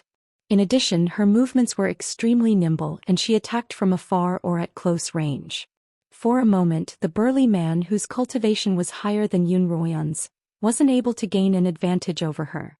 On the other side, Zhou Xian had his bowstring looped around Lei Yang's neck, controlling him in his hands. With Lei Yang as a shield and the jade cord spirit sword in his hand, Zhou Xian didn't look like he was going to lose. The only one who was struggling was Qin Feng. In the past 3 years his cultivation had improved very little. Furthermore, Juk had just returned to his hand so he wasn't 100% proficient in using it. As a result, after a dozen or so exchanges with the burly man, whose cultivation wasn't lower than his, he gradually began to show signs of strain. Liu Mo was still fighting with the heaven-devouring beast. Surprisingly, the heaven-devouring beast's cultivation had also reached the realm of consummate, and all of the flames it spat out were spiritual flames. Of those present, only Liu Mo's ice shield could withstand the flames. For those with lower cultivation than the heaven-devouring beast, Yunruan and the others would most likely be devoured by the flames in an instant. Liu Mo, Qin Feng can't hold on any longer. When Yunruan saw Qin Feng, who was being forced to retreat step by step while fighting with the brawny man, she couldn't help but anxiously shout out. Liu Mo had also noticed this, and just as he was looking at Qin Feng, the burly man suddenly used his other hand to shoot an icicle at Qin Feng. At this moment, Qin Feng was using Juk to block his opponent's slash, and he couldn't do anything about the icicle attack. All he could do was watch as the icicles shot toward his head. Retreat. At this moment, Liu Mo suddenly let out a low growl as he pushed the ice shield in his hands toward the heaven-devouring beast. The sudden burst of power clearly shocked the heaven-devouring beast. The sky-devouring beast howled as it was knocked back by the ice shield. In that split second, Liu Mo released a fireball at the 5 icicles that were shooting toward Qin Feng. Liu Mo's fireball was much faster than the icicles, and in the blink of an eye, it had enveloped all 5 icicles. When the burly man saw that a fireball had appeared out of nowhere and melted his icicle, he subconsciously turned to Liu Mo. Just as he turned his gaze over, 2 slender icicles accurately pierced into his eyes. Before he could let out a howl, the sturdy man's body fell to the ground with a bang. This scene shocked Lai Yun, who was watching the show. She turned to Lei Batian and asked, "Didn't they say that the gophers are weak and incompetent with low cultivation bases? Why are these gophers so strong?" Lei Batian narrowed his eyes slightly, his gaze falling unblinkingly on Liemo. Some of the gophers have high cultivation bases as well. For example, this one here is a peak first-rank blade master. Such a person would only be considered a mid-tier expert on the Gongyuan continent, but on the Gophers continent he's probably a top-tier expert. A top-tier expert? Lai Yun continued. Has there ever been such a powerful gopher on the Gongyuan continent before? Yes. Lei Batian said. The Zheng family came from a low-tier continent, so no matter how long they stayed on the Gongyuan continent, they were considered the lowest of the low. Gophers belong in the gophers world. Those who try to snatch territory from us mid-tier continents don't have a good ending. Then why would they come to our continent? Lai Yun asked. That's not up to them, Lei Batian said. Lai Yun wanted to ask more questions, but Lei Batian stopped her with a hand gesture. The two of them continued to observe the battle in front of them. After the sky-devouring beast was repelled, it quickly launched another attack on Liemo. This time it didn't spit fire, but instead used its sharp fangs and claws to bite at Liemo. Liemo didn't face it head-on. Instead he dodged to Yun Ruoyan's side. Although Yun Ruoyan's cultivation was comparable to that of the burly man she was fighting, she was slightly weaker in terms of stamina. Just as Yun Ruoyan was about to run out of stamina, Liemo arrived near her. While dodging the sky-devouring beast, he sent a beam of spiritual energy toward the burly man. The burly man reacted quickly. When he saw the beam of spiritual energy heading toward his face, he raised his sword to block it. The light of spirit power hit the spirit sword in the big man's hand. With a clang, the spirit sword in the big man's hand was knocked away. Taking advantage of this opportunity, Yun Ruoyan pointed the scarlet eye sword at the burly man's chest. The sword flew out of her hand and shot straight out of the burly man's chest. Due to the extremely high temperature of the scarlet eye spirit sword, a charred wound was left on the burly man's chest where his heart had been pierced. Go help Zhou Yifeng, Liemo instructed Yun Ruoyan. All right. Yun Ruoyan nodded and went to Zhou Yifeng's side, helping him deal with the burly 9th-rank blade master. Qin Feng on the other hand protected Lan Ying as they retreated. With Yun Ruoyan's help, Zhou Yifeng was able to relax considerably. Two 8th-rank blade masters quickly gained the upper hand against a 9th-rank blade master. It's useless. At this time Lei Yang, who had been spinning around like a top in Zhou Yifeng's hand, panted and said, "These warriors are just dogs raised by my Lei family. It's useless even if you kill them all."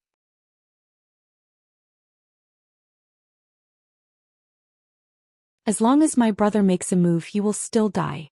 Then why isn't he making a move? Yun Ruoyan asked. He's just watching the show. When he's done watching he'll naturally make a move. At that time you'll all be dead. If you stop now I can plead with my brother to spare your lives. He didn't sound arrogant on purpose, so Yun Ruoyan didn't doubt his words at all. You don't have to worry about that. You should worry about yourself, Yun Ruoyan replied. Shi Liemo, Zhou Yifeng and Qin Feng all had teleportation scrolls in their hands. In the end they would still have a chance to escape. However, there were only 4 teleportation scrolls and they couldn't take Lan Ying away with them. As such they needed Qin Feng to protect Lan Ying. That big guy wants to protect that woman and escape, Lai Yun said. Lei Batian looked in Qin Feng and Lan Ying's direction and saw that not far behind them, there was a formation glowing with white light. Lei Batian's mouth curved into a cold smile. Then he flipped his hand and took out a talisman and threw it toward the formation.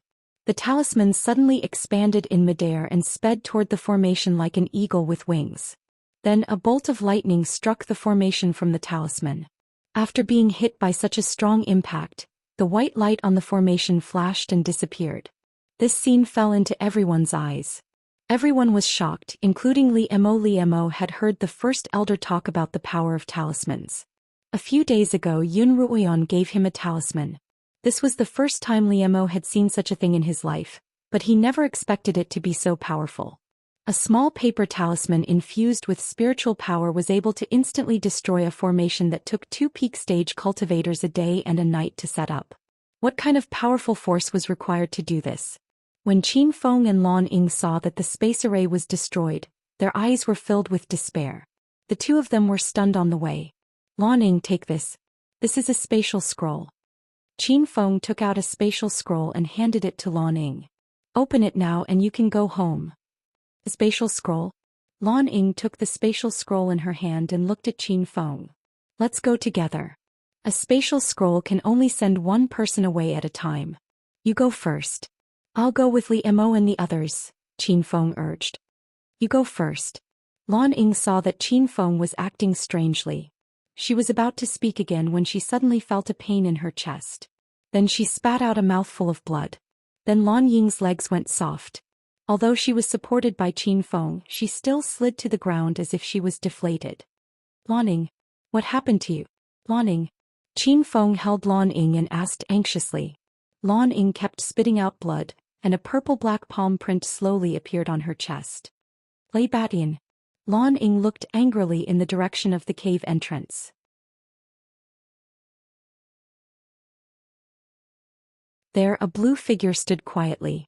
Lan Ying looked at the demon-like figure and stopped breathing. Lan Ying, Lan Ying.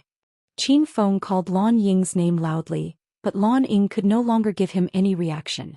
Qin Feng's gaze followed Lan Ying's and landed on Lei Batian. Brother Tian, what happened to that woman? Lai Yun asked Lei Batian in confusion. Dead. Lei Batian said indifferently. In this world, those who want to threaten me must die, not to mention a group of rats from a low-level continent. After Lei Batian finished speaking, he took out the exquisite red handkerchief and carefully wiped his fingers.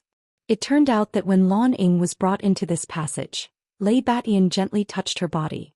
At that time she didn't feel anything at all. However, she didn't expect that at that time, Lei Batian would actually inject his overbearing spiritual energy into Lan Ying's body. It was only now that the spiritual energy had reached her heart meridian and destroyed it. Lei Batian. Qin Feng looked at Lei Batian with bloodshot eyes. The scene of him being bullied by him in the past appeared in his mind.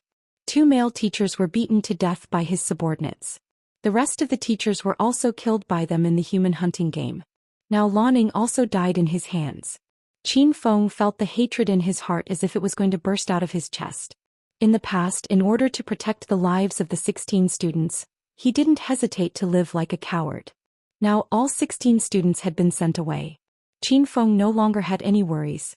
Looking at Lan Ying's unreconciled appearance, the hatred in Qin Feng's heart that filled his chest could no longer be suppressed. He gently put Lan Ying on the ground, then stood up. He pointed the great ravager in his hand at Lei Batian and said fiercely, "If I don't kill you, I'm not a man."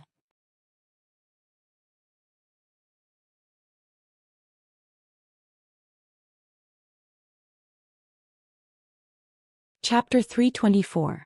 Li Mo, are you all right? Yun Ruoyan couldn't help but panic when she saw Li Mo vomiting blood. Li Mo shook his head weakly, closed his eyes and fainted. The 2 of them carried Li Mo to the first elder's training room. The first elder fed Li Mo a spiritual pill, then infused spiritual energy into his body to treat his wounds. After an entire day and night, the healing process finally came to an end. Yun Ruoyan checked on Li Mo and found that his pale face hadn't improved much. First elder, how's Li Mo? Yun Ruoyan asked the first elder, who seemed much older than before. I used spiritual energy to protect his heart meridians, but the person who injured him cultivates a very strange spiritual technique. The spiritual energy I infused into Li Mo's body is circulating erratically, and I can't quite grasp it. The first elder frowned at Yun Ruoyan. I've protected Li Mo's heart meridians, but I can't guarantee that he'll be fine in the future. Ruoyan, what kind of expert did you encounter? Hearing the first elder's words, Yun Ruoyan's heart was filled with anxiety and worry. She forced herself to calm down and told the first elder about their experiences in the alternate dimension. You actually encountered Pai Batian? The first elder was clearly shocked by Yun Ruoyan's words. From his tone, Yun Ruoyan could tell that he seemed to know this Pai Batian. First elder, do you know this Pai Batian? Yun Ruoyan asked. Not only do I know him, I've even fought him before. The great elder said, at that time he injured me to the point where my life was hanging by a thread. It wasn't easy for me to escape.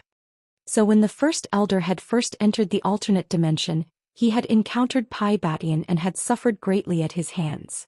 Yun Ruoyan couldn't help but ask, and the first elder began to tell her about a painful past that he had never mentioned to anyone else. Back when the first elder had entered the alternate dimension, he had entered the Pai family's territory. The people of the alternate dimension were very disdainful of those who entered from the lower continents, and the Pi family was the most prominent of them all. The Great Elder had said that it didn't matter how high one's cultivation was, or how high one's status was in the Deep Abyss continent. Once they were on the Dark Abyss continent, they would be nothing more than the lowliest of slaves. According to Great Elder Dark, anyone who entered a different world had the status of a slave and did the most lowly things that slaves did. This was also the reason why Great Elder Yunlan and the others who came back from a different world never took the initiative to mention a different world. Every single one of them had an extremely high status on the Qinyuan continent. Getting them to talk about their experiences as slaves was sometimes even more difficult than killing them.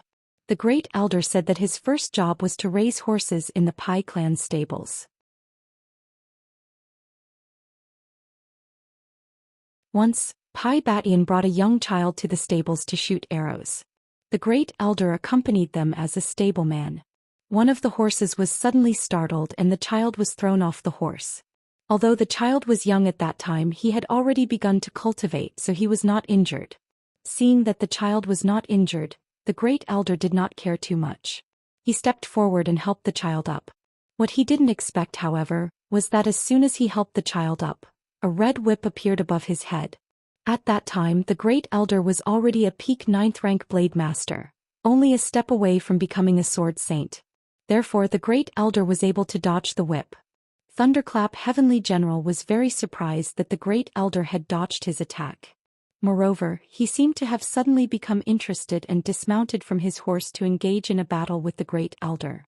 The result of the battle was undoubtedly the Great Elder's defeat.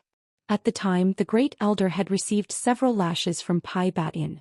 Fortunately, Pi Batian didn't go all out, so even though he was on the verge of death, he still managed to survive.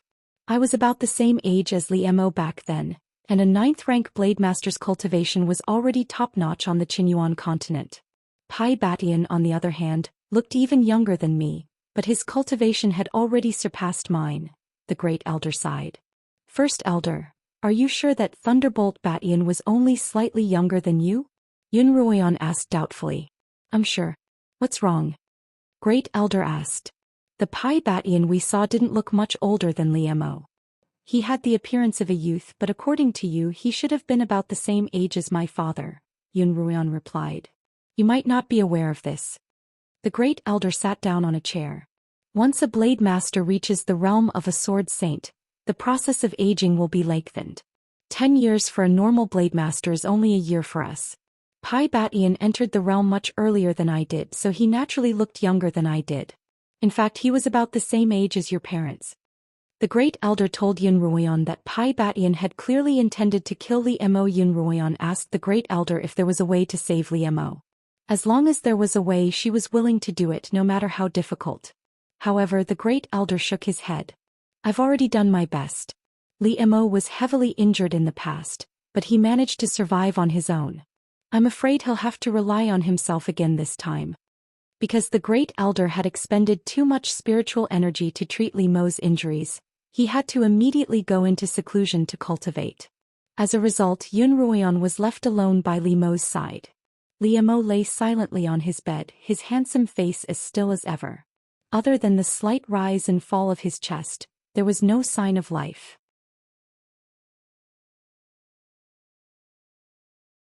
Yun Ruoyan stayed by Li Mo's bedside, watching over him from day to night. Li Mo didn't react in the slightest. Yun Ruoyan held Li Mo's hand in hers. His hand was colder than it had ever been. Yun Ruoyan's heart was filled with sorrow and fear, as if the most important part of her life was about to be taken away from her.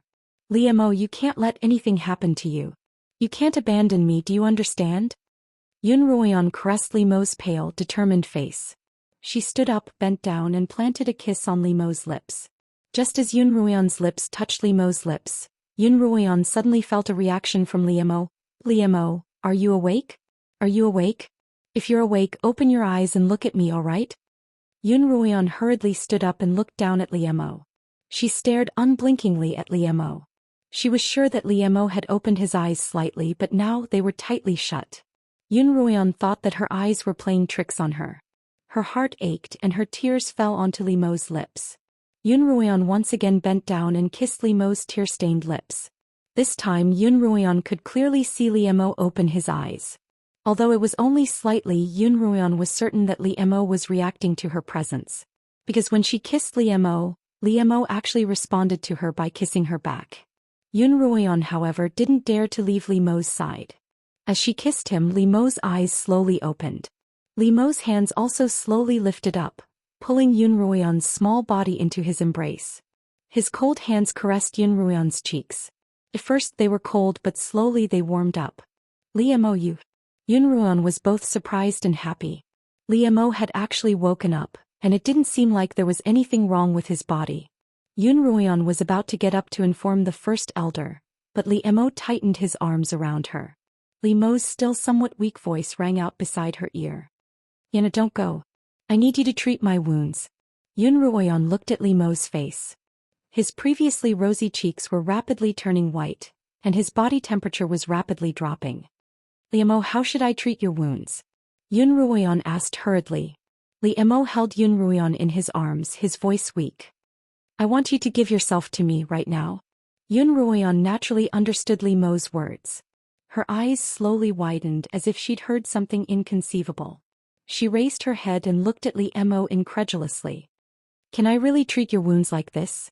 But no. I need you to heal me. That way you can heal me. Li Mo's voice was weak but certain. Their eyes met and Yun Ruoyan's face reddened slightly. She nodded at Li Mo. Although she was confused, as long as she could save Li Mo's life, they were already husband and wife. Yun Ruoyan stood up and put down the curtains, then gently took off the gauze, revealing her fair jade-like body to Li Mo once more. Yun Ruoyan nimbly took off Li Mo's clothes, revealing his firm, cold chest. His injured arm had already been bandaged and Yun Ruoyan was careful not to touch his wounds. Just as Yun Ruoyan was being careful, Li Mo used his other uninjured arm to pull her into his embrace once more. This time Yun Ruoyan completely believed Li Mo's words. As the two bodies intertwined, Yun Ruoyan could feel that his vitality was slowly returning. Yun Ruoyan was very confused. She hadn't known that there was such a healing technique in this world. Li Mo, what's the matter? Yun Ruoyan was about to ask, but Li Mo stopped her with a kiss. Don't ask me anything now.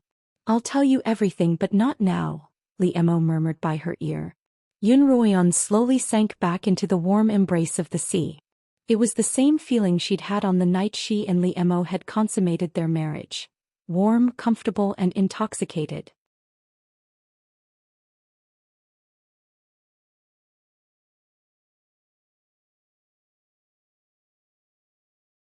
Chapter 325.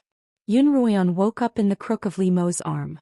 When she woke up, Li Mo was still asleep, his silver hair intertwined with her black hair.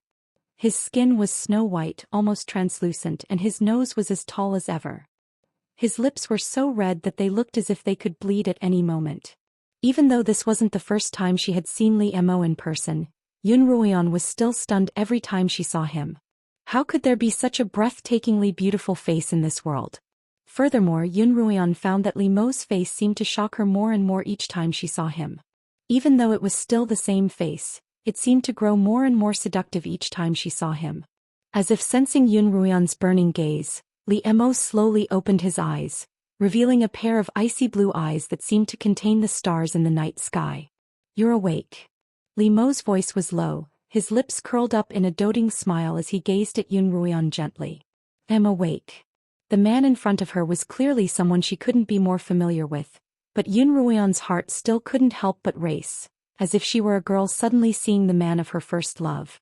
Li Mo sat up and the blanket slid down, revealing his smooth, snow-white upper body. Yun Ruoyan couldn't help but think back to the way his upper body had been drenched in sweat, and her face turned even redder. Come over here. Li Mo stretched out a hand toward Yun Ruoyan, hugging her as he did so. Yun Ruoyan only snapped out of her daze when she saw the bandages on Li Mo's hand. Li Mo was still heavily injured, but he didn't seem to be injured at all. Li Mo, weren't you injured? Yun Ruoyan looked Li Mo up and down, her voice trembling. The first elder said that you were heavily injured, and that Thunderbolt Batian tried to kill you. I'm fine now. Li Mo's heart ached when he saw Yun Ruoyan's worried expression. He hugged her in his arms and consoled, "I'm fine now, look." Li Mo lifted up his injured arm and showed it to Yun Ruoyan. She could see that a layer of blue ice had begun to form on his arm. The layer of ice wrapped around the white bandage, and when Li Mo exerted some force, the ice broke and the white bandage turned to dust. Li Mo's arm was as good as new and there wasn't even a wound on it. "Well, you've really recovered." Yun Ruoyan's eyes widened in disbelief. "I'm not dreaming, am I? We only slept for a while." Occasionally Yun Ruoyan would dream, and what she saw in her dreams was almost like reality. As a result, when she saw the scene in front of her, she couldn't help but connect it to her own dreams. "Of course it's not a dream."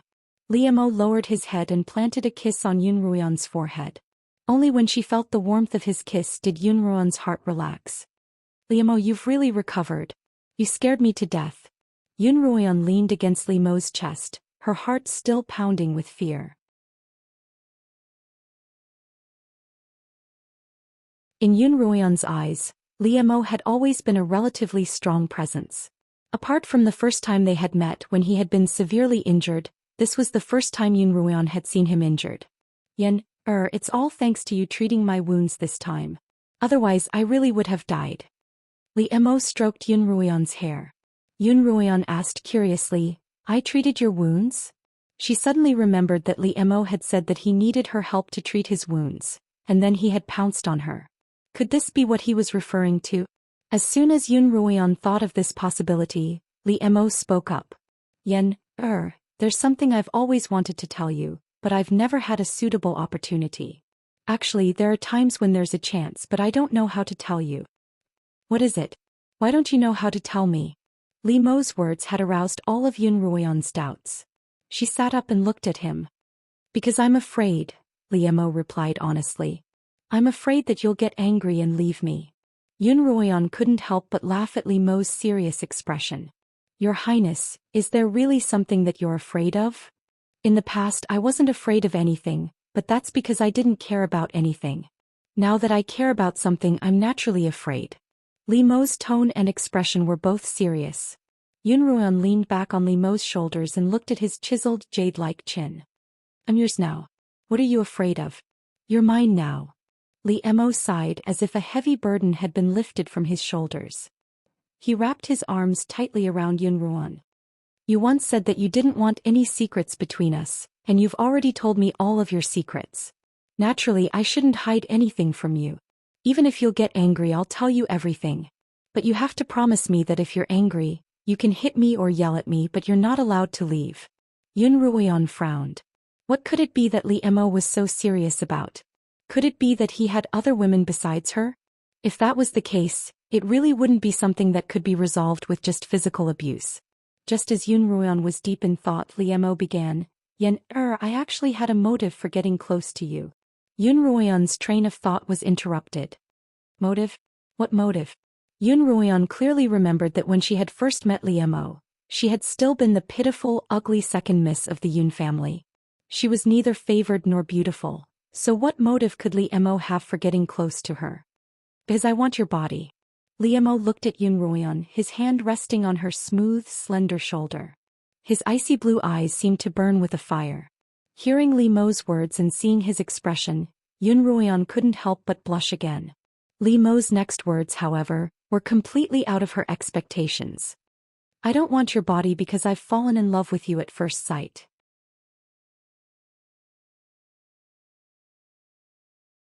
"In fact, I didn't fall in love with you at first," Li Mo continued. "I want your body because you have a cauldron constitution, and your body will be of great help to my cultivation." Yun Ruoyan froze. This was the first time she had heard of a cauldron constitution, and she needed some time to process it. "Cauldron constitution? What's a cauldron constitution?" Yun Ruoyan asked. Li Mo didn't hold back at all as to what a furnace physique was, as well as its advantages and disadvantages. Those with a cauldron constitution not only have extremely high talent for cultivation, but they also have a unique advantage when faced with bottlenecks in their cultivation. This constitution also has a certain degree of resistance to poisons. The fact that you were able to survive and retain your cultivation after being poisoned by the broodmother parasite has a lot to do with your constitution, Liemo continued. Not only that, but if you can cultivate with someone with a cauldron constitution, you'll be able to help them break through their bottlenecks and advance their cultivation. Liemo told Yun Ruoyan that before he had learned of Yun Ruoyan's cauldron constitution, he had been a 9th-rank blade master for 2 years, but he had been unable to break through. As a result, when he found out that she was a cauldron, he couldn't help but think of cultivating with her. Liemo hugged Yun Ruoyan even tighter. The slaughtering king, who had always been fearless, was now most afraid that Yun Ruoyan would suddenly go berserk.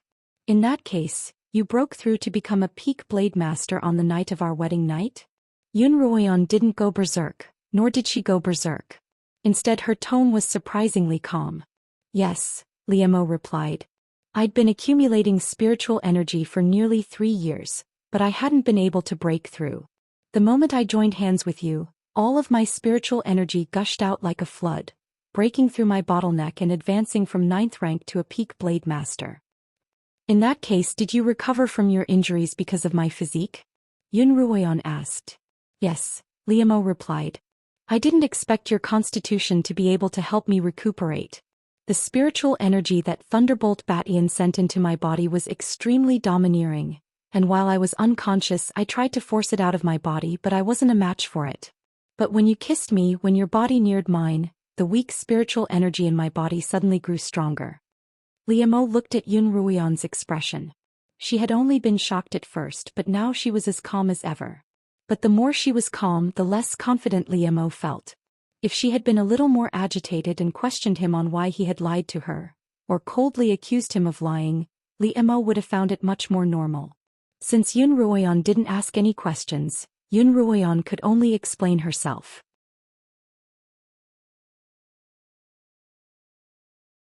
At first I was worried that this would harm your body, and that if you felt even the slightest discomfort I would stop immediately. But I found that you didn't feel any discomfort at all. In fact, you seemed to be enjoying it. When Yun Ruoyan heard Liemo's words, she turned away. I've kept it from you. As long as you can forgive me, I'll let you do whatever you want to me, but I won't let you leave. No matter what, you're already my consort, and no matter what, you'll always be my consort. Yun Ruoyan didn't respond for a long time. Finally, she asked, Liemo, when did you start liking me? The first time I was attracted to you was at the flower viewing party.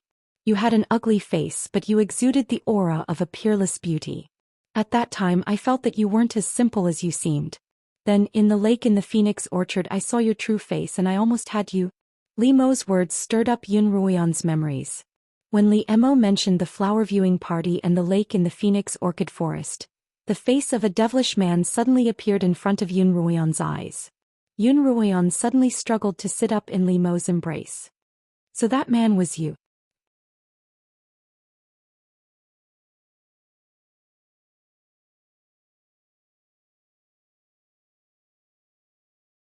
Chapter 326.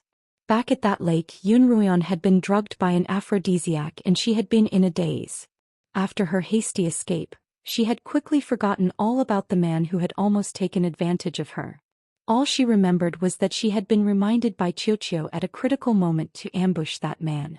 But now that Liemo had mentioned him, that man's face suddenly became clear in Yun Ruoyan's mind. That man was none other than Liemo himself. No wonder. I've always wondered why the high and mighty slaughtering king would treat me so differently, even though I'm nothing special, Yun Ruoyan murmured. She recalled that whenever she needed help, Liemo would always appear in time to save her from the most dire of situations. At the time she had thought that Liemo had some sort of fetish for mutilation, but now that she thought about it, it seemed that this was the case. Liemo had saved her and treated her so well, not because he liked her, but because her constitution would be useful to his cultivation. As soon as she thought of this, she felt as though her heart had been knocked over by a bottle of mixed emotions, and all of them were in a bad mood. He suddenly felt like a joke. How could she have believed that Liemo had been targeting her when she was so ugly? When Liemo saw Yun Ruoyan's bitter and self-deprecating expression, he began to panic. Let me finish. Liemo looked at Yun Ruoyan. Do you remember when you were abducted by a demonic cultivator during Grandmother Yun's birthday banquet? Yun Ruoyan naturally remembered how Li Mo had suddenly appeared to rescue her from the clutches of the demonic cultivator, and how the two of them had spent a long night in the forest of dead souls. It was also that night that she had seen Li Mo's true form for the first time. I remember, but what about it? Yun Ruoyan continued. I was injured and fell to the bottom of the lake. Although I was weak, I wasn't unconscious and my mind was clear. Li Mo continued quickly. In the lake, when you pushed me away, I wasn't surprised and I still wanted to make use of you. But just as I was lying at the bottom of the lake, waiting for my condition to improve, I saw you suddenly reappear in the lake. As Li Mo spoke, he used his hands to lift Yun Ruoyan's face from her knees. When their eyes met, Yun Ruoyan could see the unmistakable passion in his eyes. Yen, do you still remember the story of the little boy I told you? I'm the little boy in the story. From a very young age, I knew that in times of crisis, people would abandon their companions to save their own lives, so I never held out hope for others. But that time you didn't escape as I expected. Instead, you risked your life to save me from the lake. From then on, I swore that if you didn't abandon me, I wouldn't betray you either. In a single breath, Li Mo said all the things that he had kept in his heart for a long time.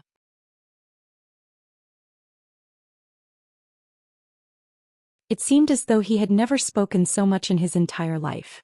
By the time he was done, Li Mo felt more tired than if he'd killed 10 beasts in a row, but his heart was incomparably relaxed. Li Mo could deceive everyone in the world without batting an eyelid, and even his mother, Empress Xuetong, hadn't been able to completely see through him. But when he faced Yun Ruoyan, the woman he loved with his life, deceit and honesty suddenly became incomparably difficult for him. Li Mo looked at Yun Ruoyan as though waiting for her final verdict. Yun Ruoyan was also looking at Li Mo, the man with whom she had bowed to heaven and earth, the man with whom she had spent an entire night together, and the lover with whom she was currently naked. He looked at her with the gaze of a child, his love unreservedly conveying to Yun Ruoyan through his eyes. Yun Ruoyan couldn't help but feel her heart soften. She had experienced a painful life and she knew what was more important to her. Compared to what had happened in the past, she valued the present and the future even more. Li Mo. Yun Ruoyan finally gave Li Mo a response. Li Mo immediately leaned closer to Yun Ruoyan, his icy blue eyes staring unblinkingly at her as he waited for her to continue. Do you remember what I said to you before? If you betray me, I'll never see you again. Remember? Li Mo's eyes flashed as he looked at Yun Ruoyan, a sense of panic he had never felt before. Alright, I'll repeat myself. Li Mo, from now on, if you betray me again, we'll never see each other again. Yun Ruoyan emphasized each word. Li Mo stared at Yun Ruoyan for a long while before finally reacting. He placed his hands on her shoulders and asked, Yen, do you mean to say that you won't blame me for hiding the fact that you're a human furnace? Yun Ruoyan nodded, then shook her head. Finally, she sighed. When I first heard about it, I was really angry. I don't think any woman would be willing to become a human furnace. But after thinking about it, I don't think I can blame you. If I were you, when I met someone with a human cauldron physique that could help me cultivate, I would have the same thought and put it into action, so this is not your fault. As for why you didn't tell me about this earlier, I can only say that it's fortunate that you hid it from me when I wasn't deeply in love with you. Otherwise, I really can't guarantee that I wouldn't have left you in a moment of impulse. But what should I do now? I like you so much that I can't even bear to be angry with you. Yun Ruoyan had to admit that it wasn't easy to be angry with Li Mo's breathtakingly perfect face. Yun Ruoyan sighed helplessly. Li Mo, if you hadn't betrayed me first, I'm afraid I wouldn't have been able to part with you. Yen, that's what I wanted to say to you. Li Mo finally relaxed and pulled Yun Ruoyan back into his embrace. Only then could the two lovers truly treat each other with sincerity.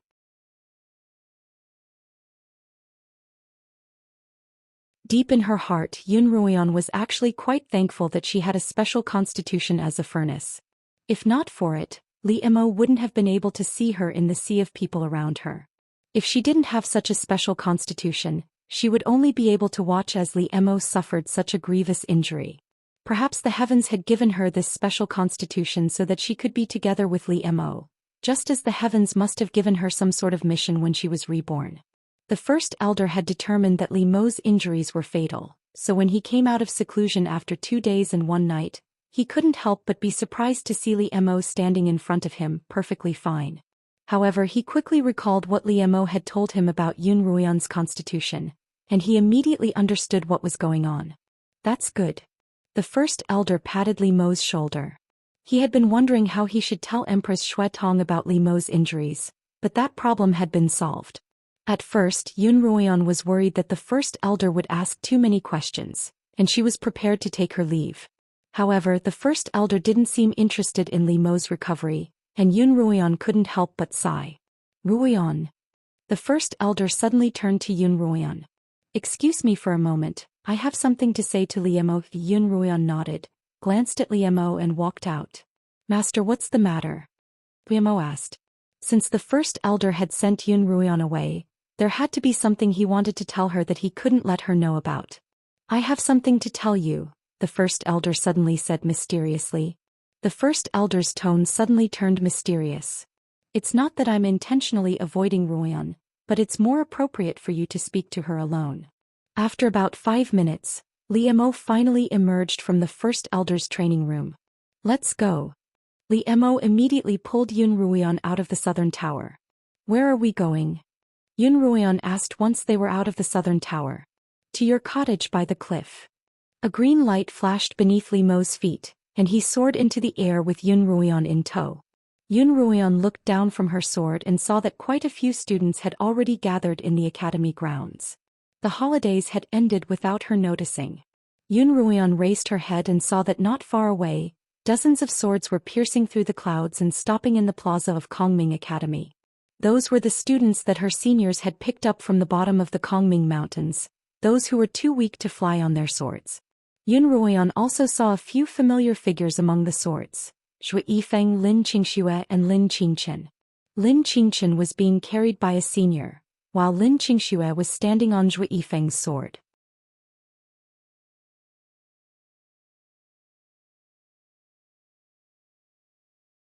In the past, Yun Ruoyan wouldn't have felt that there was anything wrong with Zhou Yifeng carrying Lin Qingxue on his sword.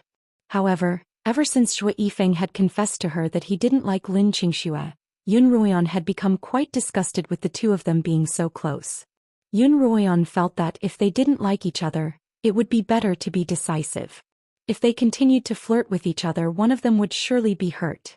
And between Zhou Yifeng and Lin Qingxue, the one who would be hurt would be Lin Qingxue. It looks like I'll have to talk to Lin Qingxue as soon as possible, Yun Ruoyan thought. No, let's talk to Zhou Yifeng first. She knew that Lin Qingxue was an extremely stubborn person, even more so when it came to relationships. It wouldn't be easy to convince her, and it looked like she would have to start with Zhou Yifeng. As Yun Ruoyan mulled over this, she was soon brought back to the cottage by the cliff. As soon as they entered, Li Mo pressed Yun Ruoyan onto a chair. What's the matter, Li Mo? Yun Ruoyan looked at Li Mo curiously. What did the first elder say to you? Li Mo sat down across from Yun Ruoyan. The first elder just imparted a technique to me. Yun Ruoyan exclaimed. No wonder the first elder told me to leave. It must be a secret technique that isn't taught to outsiders, right? That's right. Li Mo confirmed Yun Ruoyan's guess. Indeed, it's a secret technique that isn't taught to outsiders. To be precise, there's only half of it left in Kongming Academy, and it's almost completely lost. Just now, Master suddenly remembered that he had stumbled upon this half of the technique in a secret chamber, and he handed it to me. What secret technique? Li Mo's words piqued Yun Ruoyan's curiosity, and she couldn't help but ask. Li Mo took out a jade slip from his pocket and handed it to Yun Ruoyan. The first half of the technique is in this jade slip. Hold it in your hand, then infuse spiritual energy into it and you'll be able to see its contents. Yun Ruoyan hesitated. Did the first elder impart this technique to you? It was passed down to us and I can't learn it alone. Only 2 people can learn it together, Li Mo replied, his lips curling up in a smile. It has to be done by 2 people at the same time. I'd like to see what kind of strange technique this is. Yun Ruoyan took the jade slip and began infusing spiritual energy into it as Li Mo had instructed. Immediately, 4 words appeared in front of Yun Ruoyan's eyes, along with some diagrams and explanations. When Yun Ruoyan saw the diagrams clearly, her face turned from pink to crimson, and then from crimson to blood red. The name of the technique was Yin and Yang Dual Cultivation. You're tuning in to the Zhou Xian's Legacy YouTube channel. Don't forget to subscribe and join us on this journey to catch the most captivating stories.